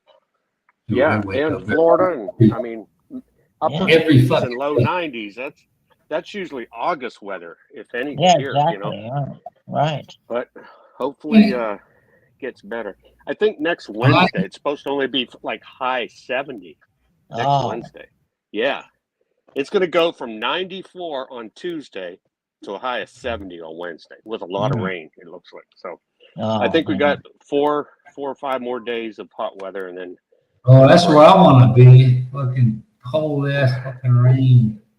Hey, I'd look forward to that right about now after this 90-degree stuff. For a free shower, huh? But just Well, wait, Gary. You're going to have this every day, all day. yeah, There's we're gonna be two here in types the of weather. U.S. Here in the Hot and U.S., dry. we only have it like Hey. 3 months. 3 months of the year. There, they You're have going to it have every hot day. and dry or hot and rainy, one of the two. Yeah. Hey, I get August every day. I wake up and mostly the sun's out and the temperature's beautiful. I hope you learn to I wear just- shorts, Gary. Shorts Well, and yeah, you're Short gonna look sleeve like a fucking the farmer dude from the cornflakes box. you're going to show off that Washington, D.C. tan, huh? White, Like a Norwegian Hey, tan, huh, Kristen? they like white skin there, so you might fit in. Well, if they like Oh, white yeah. skin, if they Yeah, like they'll tell white you how skin, I beautiful got your it. I skin got is. all they want. Hey, the first time I came and I went to Macau. The second time I went up here, and they were disappointed with me because I had a tan. Oh, you're white. Tony, I forget where we were when my wife first got here, in a mall or something. This girl, she had pasty white skin. You know, she had shorts on. My wife said, "Ooh, look, do you like that skin?" And I like, "Are you kidding me?" I said, "I almost threw up in my mouth." Uh, She's like, "Oh, that's beautiful. You should like that." And I said, "No way." well, I think that's me. Huh? Well, they're Pasty gonna love your skin, Gary. Yeah. I can hear you fuckers in the kitchen, man. Jeez. We just gotta be careful of too much sun. You know, we don't want skin Right, cancer. right. There. You know what? You live life like you want to. Man. You don't worry about that. Anything I you did do, have I did have anything you that do, little skin cancer on my cheek here. I had a little skin tag, and they removed it, and they found out it was cancerous. So they had a little surgery there. I had a couple of those. I just picked them off of me. One was on my neck, one was on my forearm. I don't know. Fucking snake. Well, these are something you couldn't actually pick off. You know. they Hey, had to- listen. Don't ever do this. It applies to everyone. I was in my doctor's office, regular physical. I know this guy well. I said, "Hey, will you cut this dent tag off, like on the other side of my bicep?" Oh yeah. You know, I'm thinking I had heard they fucking freeze them so it don't hurt you. So he takes this what is that piece of it's a fucking clamp, only it's a thin one. Yeah, clamps. So he clamps it up above the what do you call it? Where the skin tag is. Yeah. Then he fucking cuts it, thinking he's okay. I went, fuck. Everybody that plays heard me, man. I looked at him like, what the fuck is wrong with you? That hurt like a bitch, man. It wasn't like he said, hey, be prepared, it might hurt. No, he didn't say shit. He thought by choking off the what do you call it was gonna be okay. It Yeah, wasn't. You know, Oh. for me, they didn't freeze it. They gave me an injection, you know, but that injection really stung. I'll tell you. Maybe But they it give you a cold. was very quick though. It was very quick at numbing it. I just extremely quick.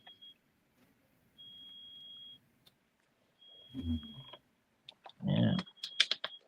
What are you gonna do? But then they wanted me to come back for a complete check of the whole body. I said, no way. You know, if you know the VA in Washington D.C., they have a lot of interns and residents there. You know, and they want to find things. They want to find things so they can get practice. You know, you don't want to go to a university hospital or anything because they will find something because they want to practice. You know what, man? When I was in there having my cyst removed from my brain there, I was it was humiliating They took me out of my room one time, and I walked to this exercise room, and there were a bunch of people, and, 3 steps up and 3 steps down. And on my way, it wasn't that far from the room I stayed in. And I hear these nursing students go, man, that guy's really fucked up. Because Hmm. I tell you, man, when you have your body doesn't like being invaded. Yeah, exactly. I was in there a week, and when I left, I was still fucked up. That's how potent that shit was that they were putting in me. And what they did was, when I left, I was like, I'm laying there, and my bed was on an alarm, so every time I moved, it fucking went off. And the nurse, one nurse's job was for a whole night is to watch me on a camera. Wow. Wow. And the door was open. She couldn't tell. I was waving at it, doing all kinds of shit, Hmm. just to be funny. Mooning her. And I had a guy in the next room next to me. I don't know what he was in, but he was an elderly guy, probably in the 70s or upper. An elderly? Am I elder? Yeah, Am I elderly elderly? guy in the 70s. What are you talking? Hey, he was banging his wife in the fucking room. One of the nurses here, hey, you can't be doing that here. She come under her house coat, man. That's what she. I meant to ask you, Kiko, about your mother. Hmm. I haven't been Yeah, on here. she's still in the nursing home. I'm going to visit her tonight for supper. She's How 3 old, months how away. old is your, 3 how old months. is your mother now? 3 months away from her 100th birthday. Oh wow. 3 months. Do a show. Do a 2 days after you, Tony. Aren't you October 3? Yeah. She's a 5. Oh, she's October 5. Put on She's her not. make a video. She's not walking though now. No, huh? Uh-huh.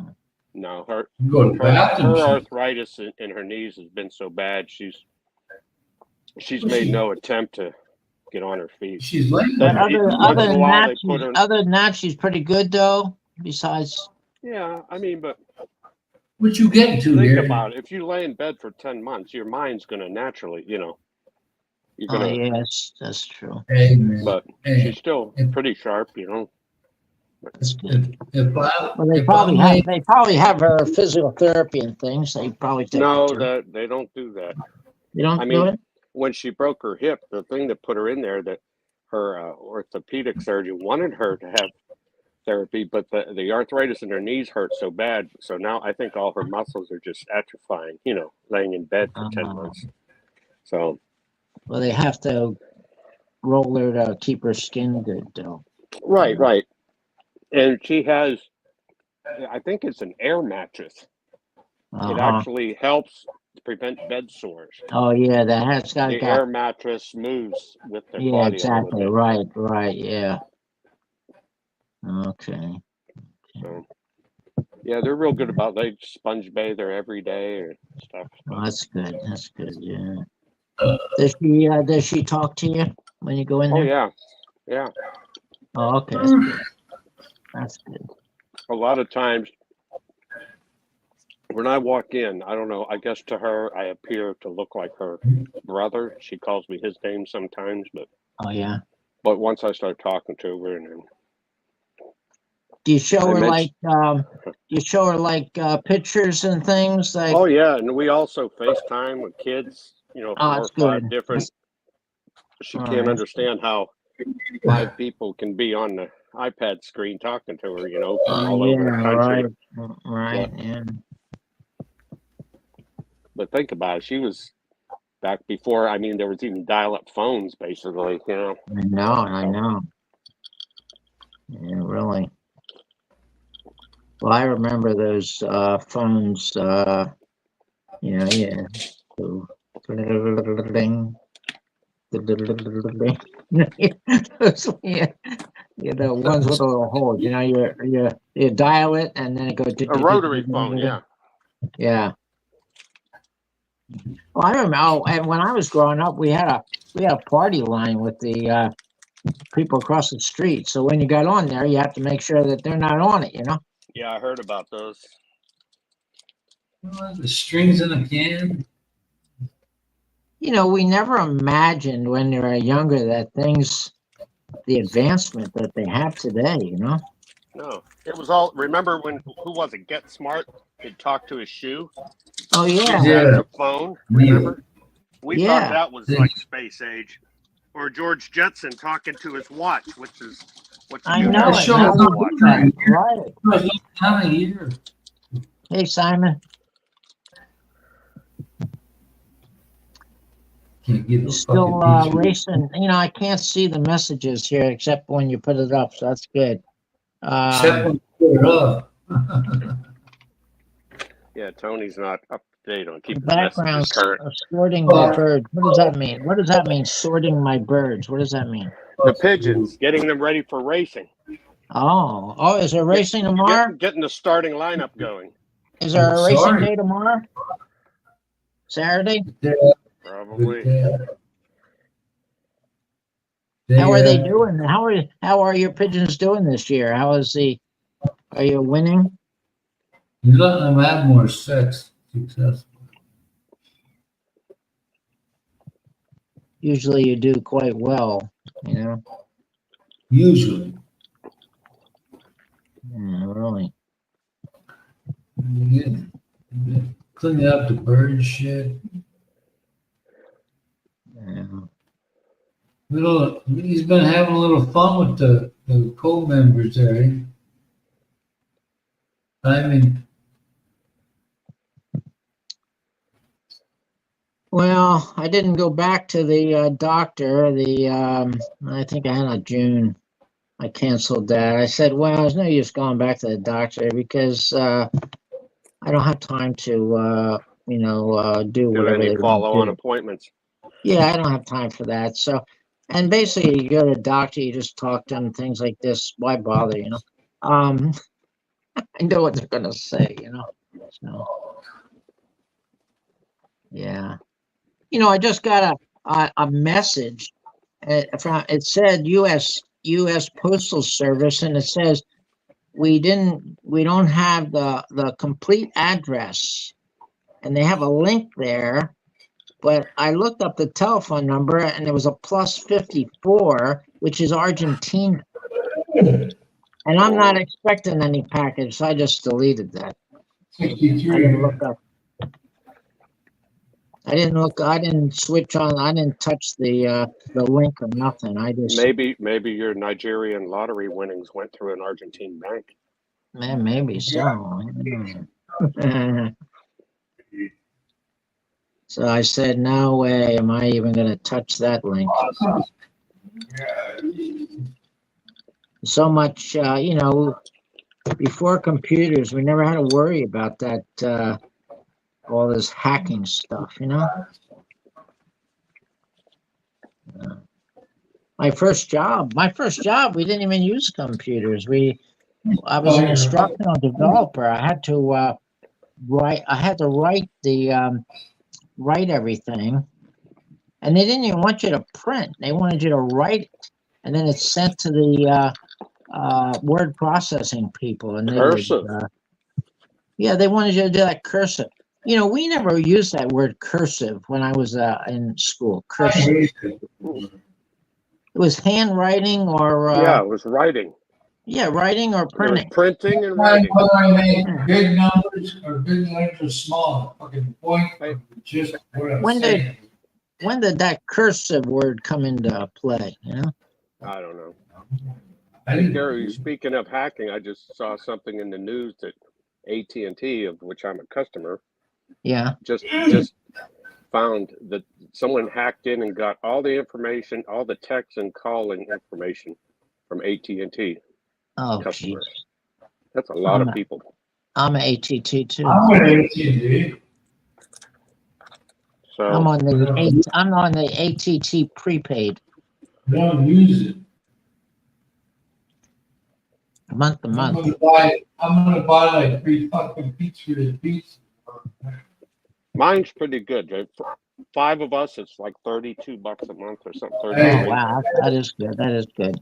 for 5. No, that's 167 a month, but that's for 5 people.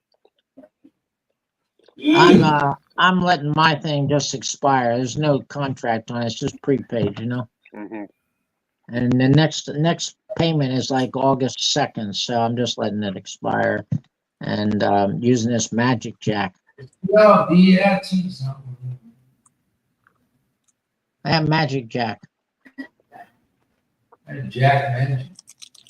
Yeah, Magic Jack. You buy it at Best Buy, and it's a little tiny box. Here it is. I got it right here. I just got a basic little telephone here and a little box, and you plug it into the USB port of your laptop. And the whole thing, you buy it for like no more than $50 at Best Buy, and you have 1 year service. Oh, is that where you got the Magic Jack at Best Buy? Magic Jack. I bought it there, yeah. And what I do, you know, they give you a little. I'll show it to you. Here it is, right here, and you plug it in, but they give you a little extension, so you don't have to keep plugging in and out of your USB port of your computer. You just have that little extension plugged into the USB port, and then you just plug into that thing. So that works anywhere in the world, huh? yeah, and then I just have this regular telephone here that doesn't even go into any power. It just plugs into the USB port right there. Mm-hmm. And not the USB, it plugs into this Magic Jack port. You also have another port there that you can plug it in directly to your Wi-Fi. Let me see that phone. Too bad they don't have a rotary option, huh? Is it just the phone part of it, the white? Is that the handheld the phone? version? Yeah, actually, it's just. It has a digital keyboard on it, just like a. There you go. Yeah. Wow, that's old school. Yeah, I bought that at Best Buy too. That's all you need for this, and How much was that? You don't have to have no power at all. Just you could be right in the airport with your laptop. Get into the Wi-Fi there at the airport and plug this in and call somebody. How much are you in all with the handset and the? Well, this thing cost me like $30, and then the Magic Jack was like $50. And you're good for a year. I'm good for a year, yeah. No monthly payments or anything on that. No, that's it. And then you pick what area code you want. Yeah, what state or what area you want. I wanted Silver Spring, which is where I live, but they didn't have it there. They had Gaithersburg, which is very close. Yeah, Gaithersburg, Germantown. They're all real close to Silver Spring. So. Gaithersburg. But then you got to tell people, because a lot of people, it says you get a telephone call and it says Gaithersburg, they don't even answer. I don't answer the phone calls either. So I just changed this number for my bank and things, and so if they call me, it's like a local call. They're calling me in Gaithersburg here in Maryland. Yeah. What's going on with the rest of the world?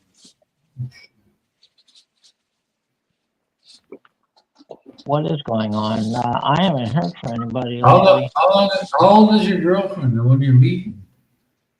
I think I know that. Age is only a number. Don't you remember? That's what I hear. Age is only a number. Of course, the old guy is very positive to that. Age is only a number. The over-under is 21. No, my girlfriends are over 21, over 25. 22 and a half. Oh, okay, good. How about the one that wants to go to college? Well, one says college is the sister one. Yeah, and how old is that? The sister that's going to college? Yes. Just started. She was 18. Okay. It's her first year. They got a Is it boarding house. local? Oh yeah, I live in a boarding house. Yeah, she's gonna live in a boarding house. They got a boarding house. Her and her friends are both gonna live in a boarding house. So what does she do for a wiener? Nothing? For what? Wiener.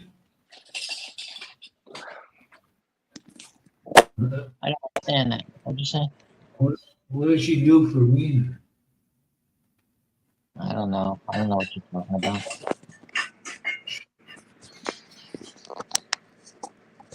Ground sorting my birds. You already had that up, that message. Nope. Ground sorting.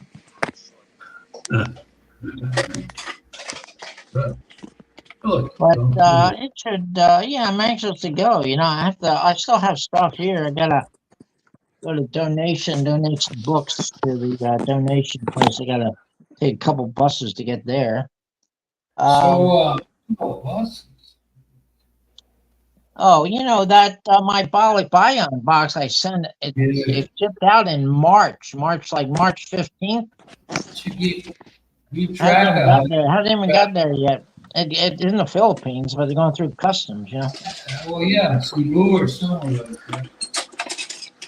They said it takes a long time to go through customs because they have those container ships. They have over 10,000 containers on those ships. It takes a long time. They don't use a dog. They sniff it. I mean, I already sent 2 boxes, and I had another box here I'm going to be sending, but 2 boxes not even going to get. They're going to get there after I get there, I think.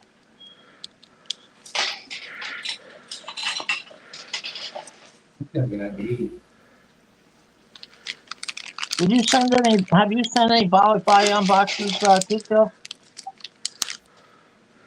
Not for a long time. They used to be like $100, and they'd come and pick it up.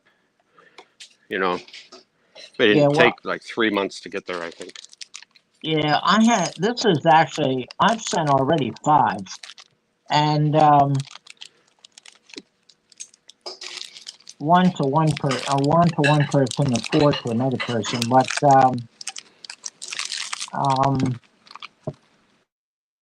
they do take a long time. But now they cost $105 to send. At one time they sent, it depends on where you're sending them to. If it was Mindanao, it was more expensive. But now it's $105 no matter where. And then I have $10 to have a guy pick it up because the thing weighs a ton, you know. It don't matter though. Don't matter when you get the stuff that fucking Dorado. If it's 100 or 1,000 pounds, they got a flat rate. Yeah. I haven't had to do that in a couple of years now. So last I shipped out was 100, 110. So yeah, it's 105 here, but it goes out, and this is the DC area, but it doesn't even leave out of Baltimore. It leaves out of New Jersey. it was pretty easy cargo. Mine was called. They moved that shit pretty good. I guess they did a good job. Where does it go through from the East Coast here? What's the route? Mine goes to the west. Does it go through the Panama Canal? No, I don't know what that. I'd imagine. Would be the Yeah, I doubt if it goes underneath Africa and around, or South America and around. The African continent. I think it goes through This is the Panama Canal. South America continent. We talk about Africa. Oh, well, then it wouldn't go through around Africa. It'd probably go down through the Mediterranean, through one of those South America. canals. But then we have to watch out for, if you go that way, you know, they have to watch out for pirates, you know. Pirates. Yes, Samoan. Yeah. Is Western Mindanao still, not a good area? I sometimes got the reports from the State Department saying to stay away from some areas. Yeah, that's just too iffy. They had it where people got taken from their rooms at a pretty decent. I know no one's Right. gonna be paying any ransom for me. Nah, fuck no. I'll give him your name, Tony. You Will know, you you know what send you just, ransom? you know what you tell Gary? Well, I'm just here to get laid. I don't know what the fuck else. Tell you gotta say. When do you go Hmm. back, Tony, to US? I am here. Oh, September, end of September. Oh, in September. And you'll be back. You'll be there for how long? We, Oh, only a week. Tony, that's Yep. if you have. what? What? Huh? Who? Where? Would you say? Hello? Bill? Yeah, you're on now, Kiko. What'd you say? You said that's only if you and you I, got cut off. only if he has his passport at that time, right, Tony? Yeah, I think what it was is that on the first round here, you had to have it physically in their hands. You got all that back right now. So my wife seems to think that the rest of this way, you just run a copy of it. Who knows? Well, your wife's a U.S. citizen, isn't she? No. She's a Russian citizen. Mine long is she was- just sent off for her U.S. passport, her first one. Just did it last week. Oh, They told her 2 to 3 weeks. I was just laughing. Fucking months. They don't do anything in 2 to 3 weeks. No, hell no. yeah, well, But, geez. and our youngest daughter had to renew hers, so they went together and got theirs done. Yeah, well, if you got a half a day or 3/4 of a day to spend, yeah, it's cool. They didn't take too long. They went to a post office, already had the forms filled out, their pictures, You gotta make an and appointment. they had to get an appointment at the post office. Yeah, right. but Appointment, right. For photographs. Here's at the another appointment. thing, Tony. I, Tony, here's another thing. Remember when you said, in order to get this, I must have shown you this? Well, she went to renew my daughter's passport, right? My daughter handed the old passport, but they wanted her birth certificate too.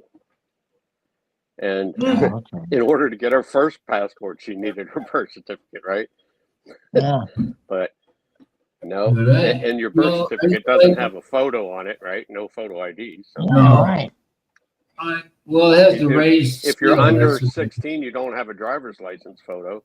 They, You know, that's they your look, passport, they the look only for that. photo ID you have.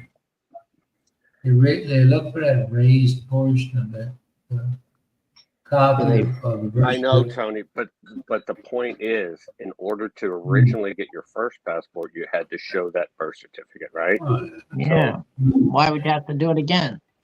Right. That would be logic, Gary, and I don't think they believe it. Look. We did a visit. First off, we had that visa service question.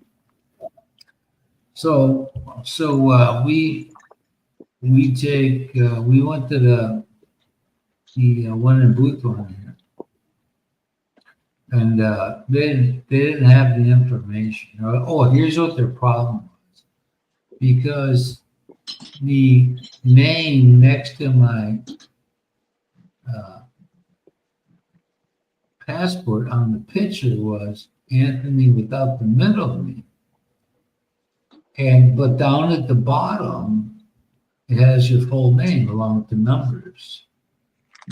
But because that middle name wasn't spelled out next to the fucking photo, we had to go somewhere else.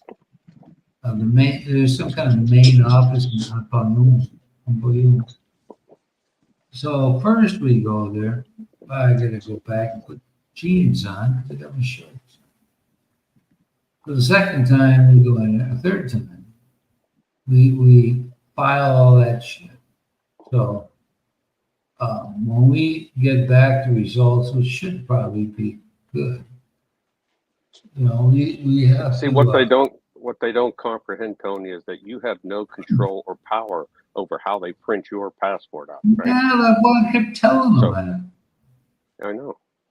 But you know what their thing is? Well, it's not next to the picture, no matter what you fucking say, which is like, what?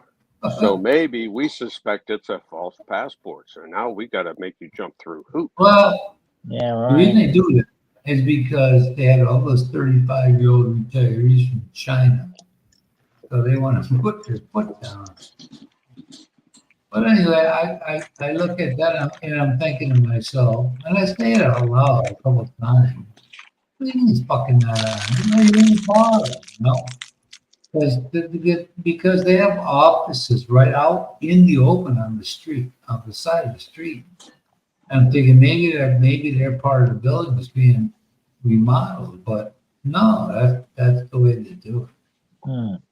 So they got finally we went to this other office, so we had it filled out, whatever, and we had it processed. We got to wait till the 22nd to see what the findings were. Mm-hmm. They're clueless when it comes to that other shit. Oh, jeez. But it's life here, man. Life See, that's what you got to get used to, Gary. Yeah, I guess so. You can forget about saying why, like a 2-year-old. Why? Hmm. Just because it ain't there. That's all they need to know.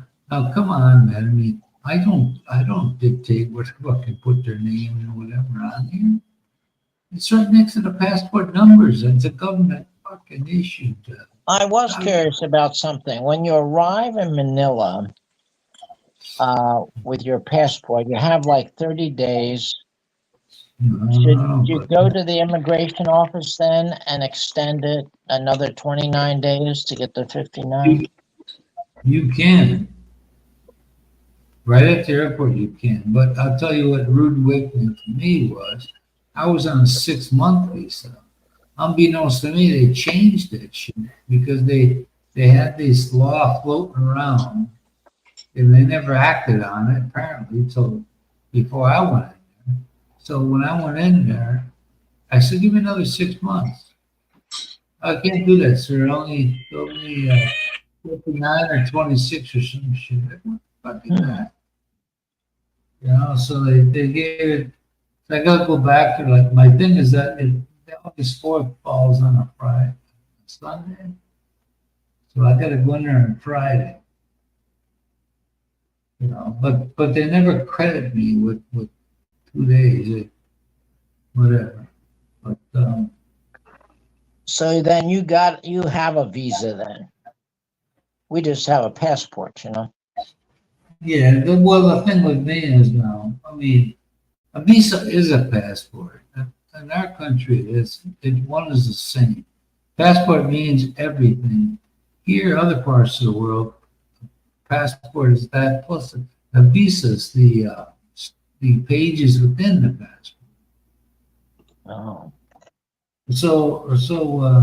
But you learn that on your own because ain't nobody that explain this shit. Well, how much did it cost you to extend it to 29 more days? This is where I got ripped off. It was 6,000. $120, 130, Oh, 120. geez. I'm like, when I said what, the guy goes, "Sorry, sir, I didn't do it. I didn't do it." I said, "Well, I understand." Tony, Well, sure didn't. I didn't know I sure didn't. I didn't know you could do that right at the airport when you arrive. Yeah, that started last year. Yeah, that's probably the time to do it, Gary. It's convenient. You don't have to go But through it's- some other line. But it started before the new I don't know what you call it, new way of doing things came about.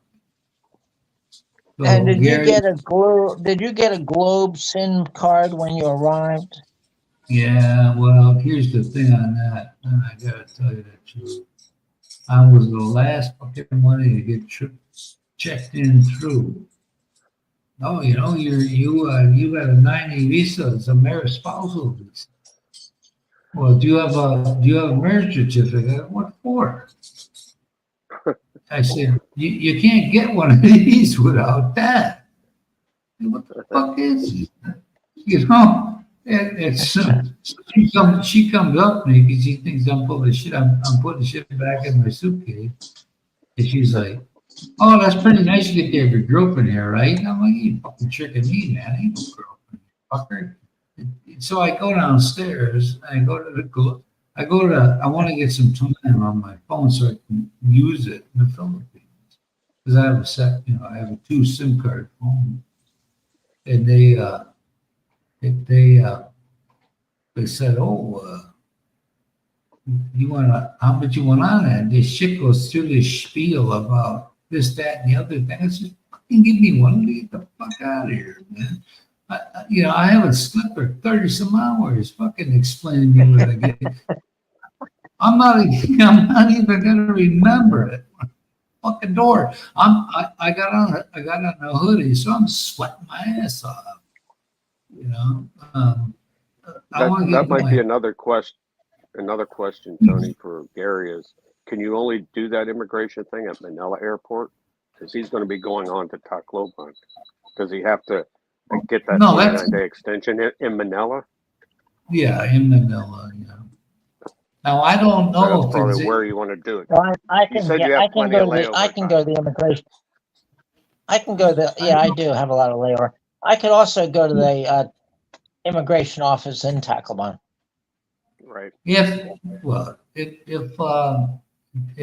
it does, if you get to the airport, it closes. The airport closes at 11. So if you get there, you're not going to get nothing until the morning.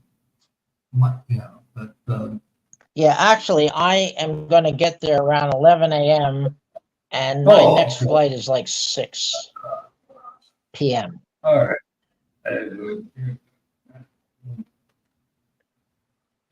Well, I just, the lady's trying to explain to me all the benefits. I'm like, I could give a fucking, I give it $20. I overpay like big time. Who gives a shit?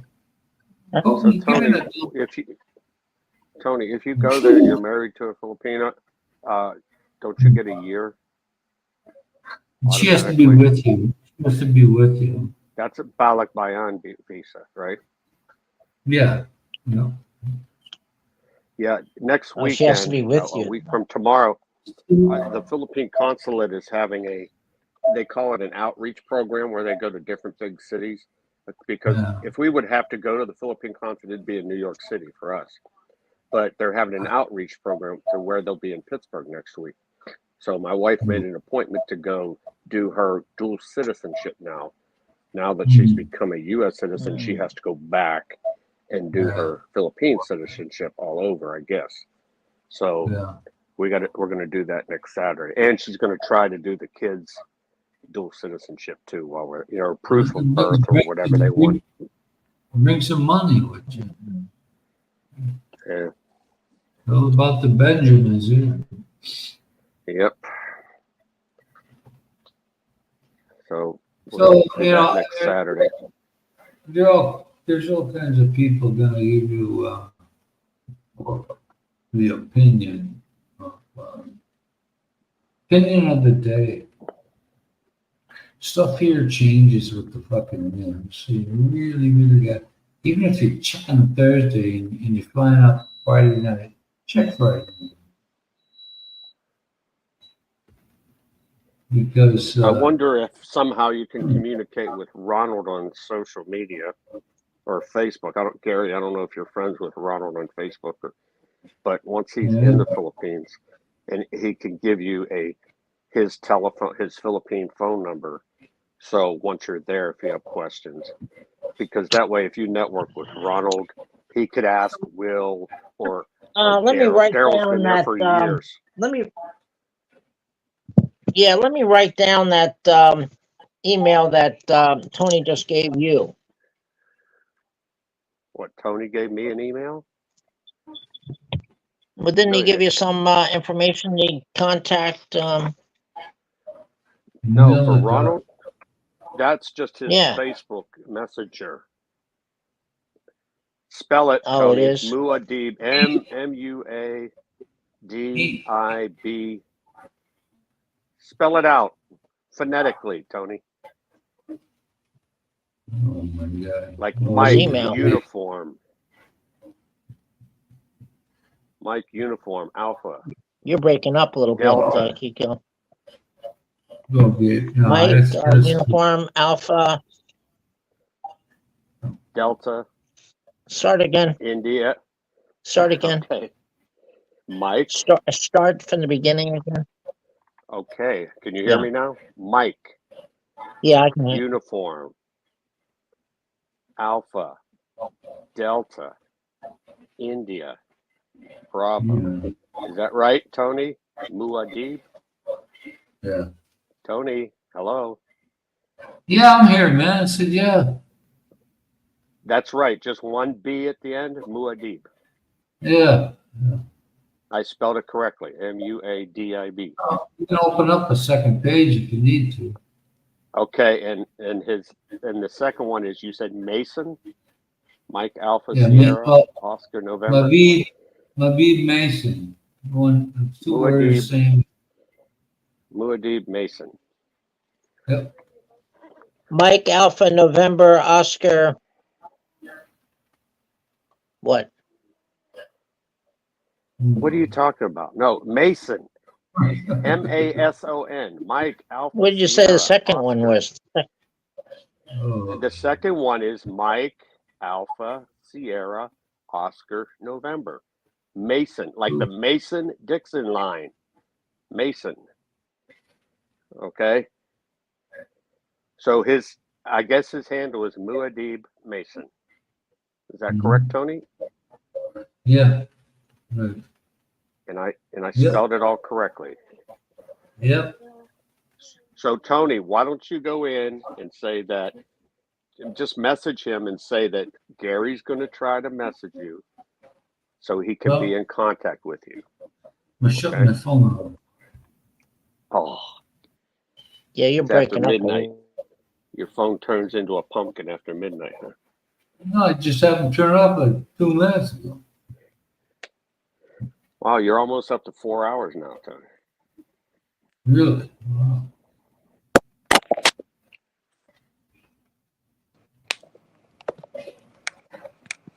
Two of these fuckers now. Gary, Gary, yeah.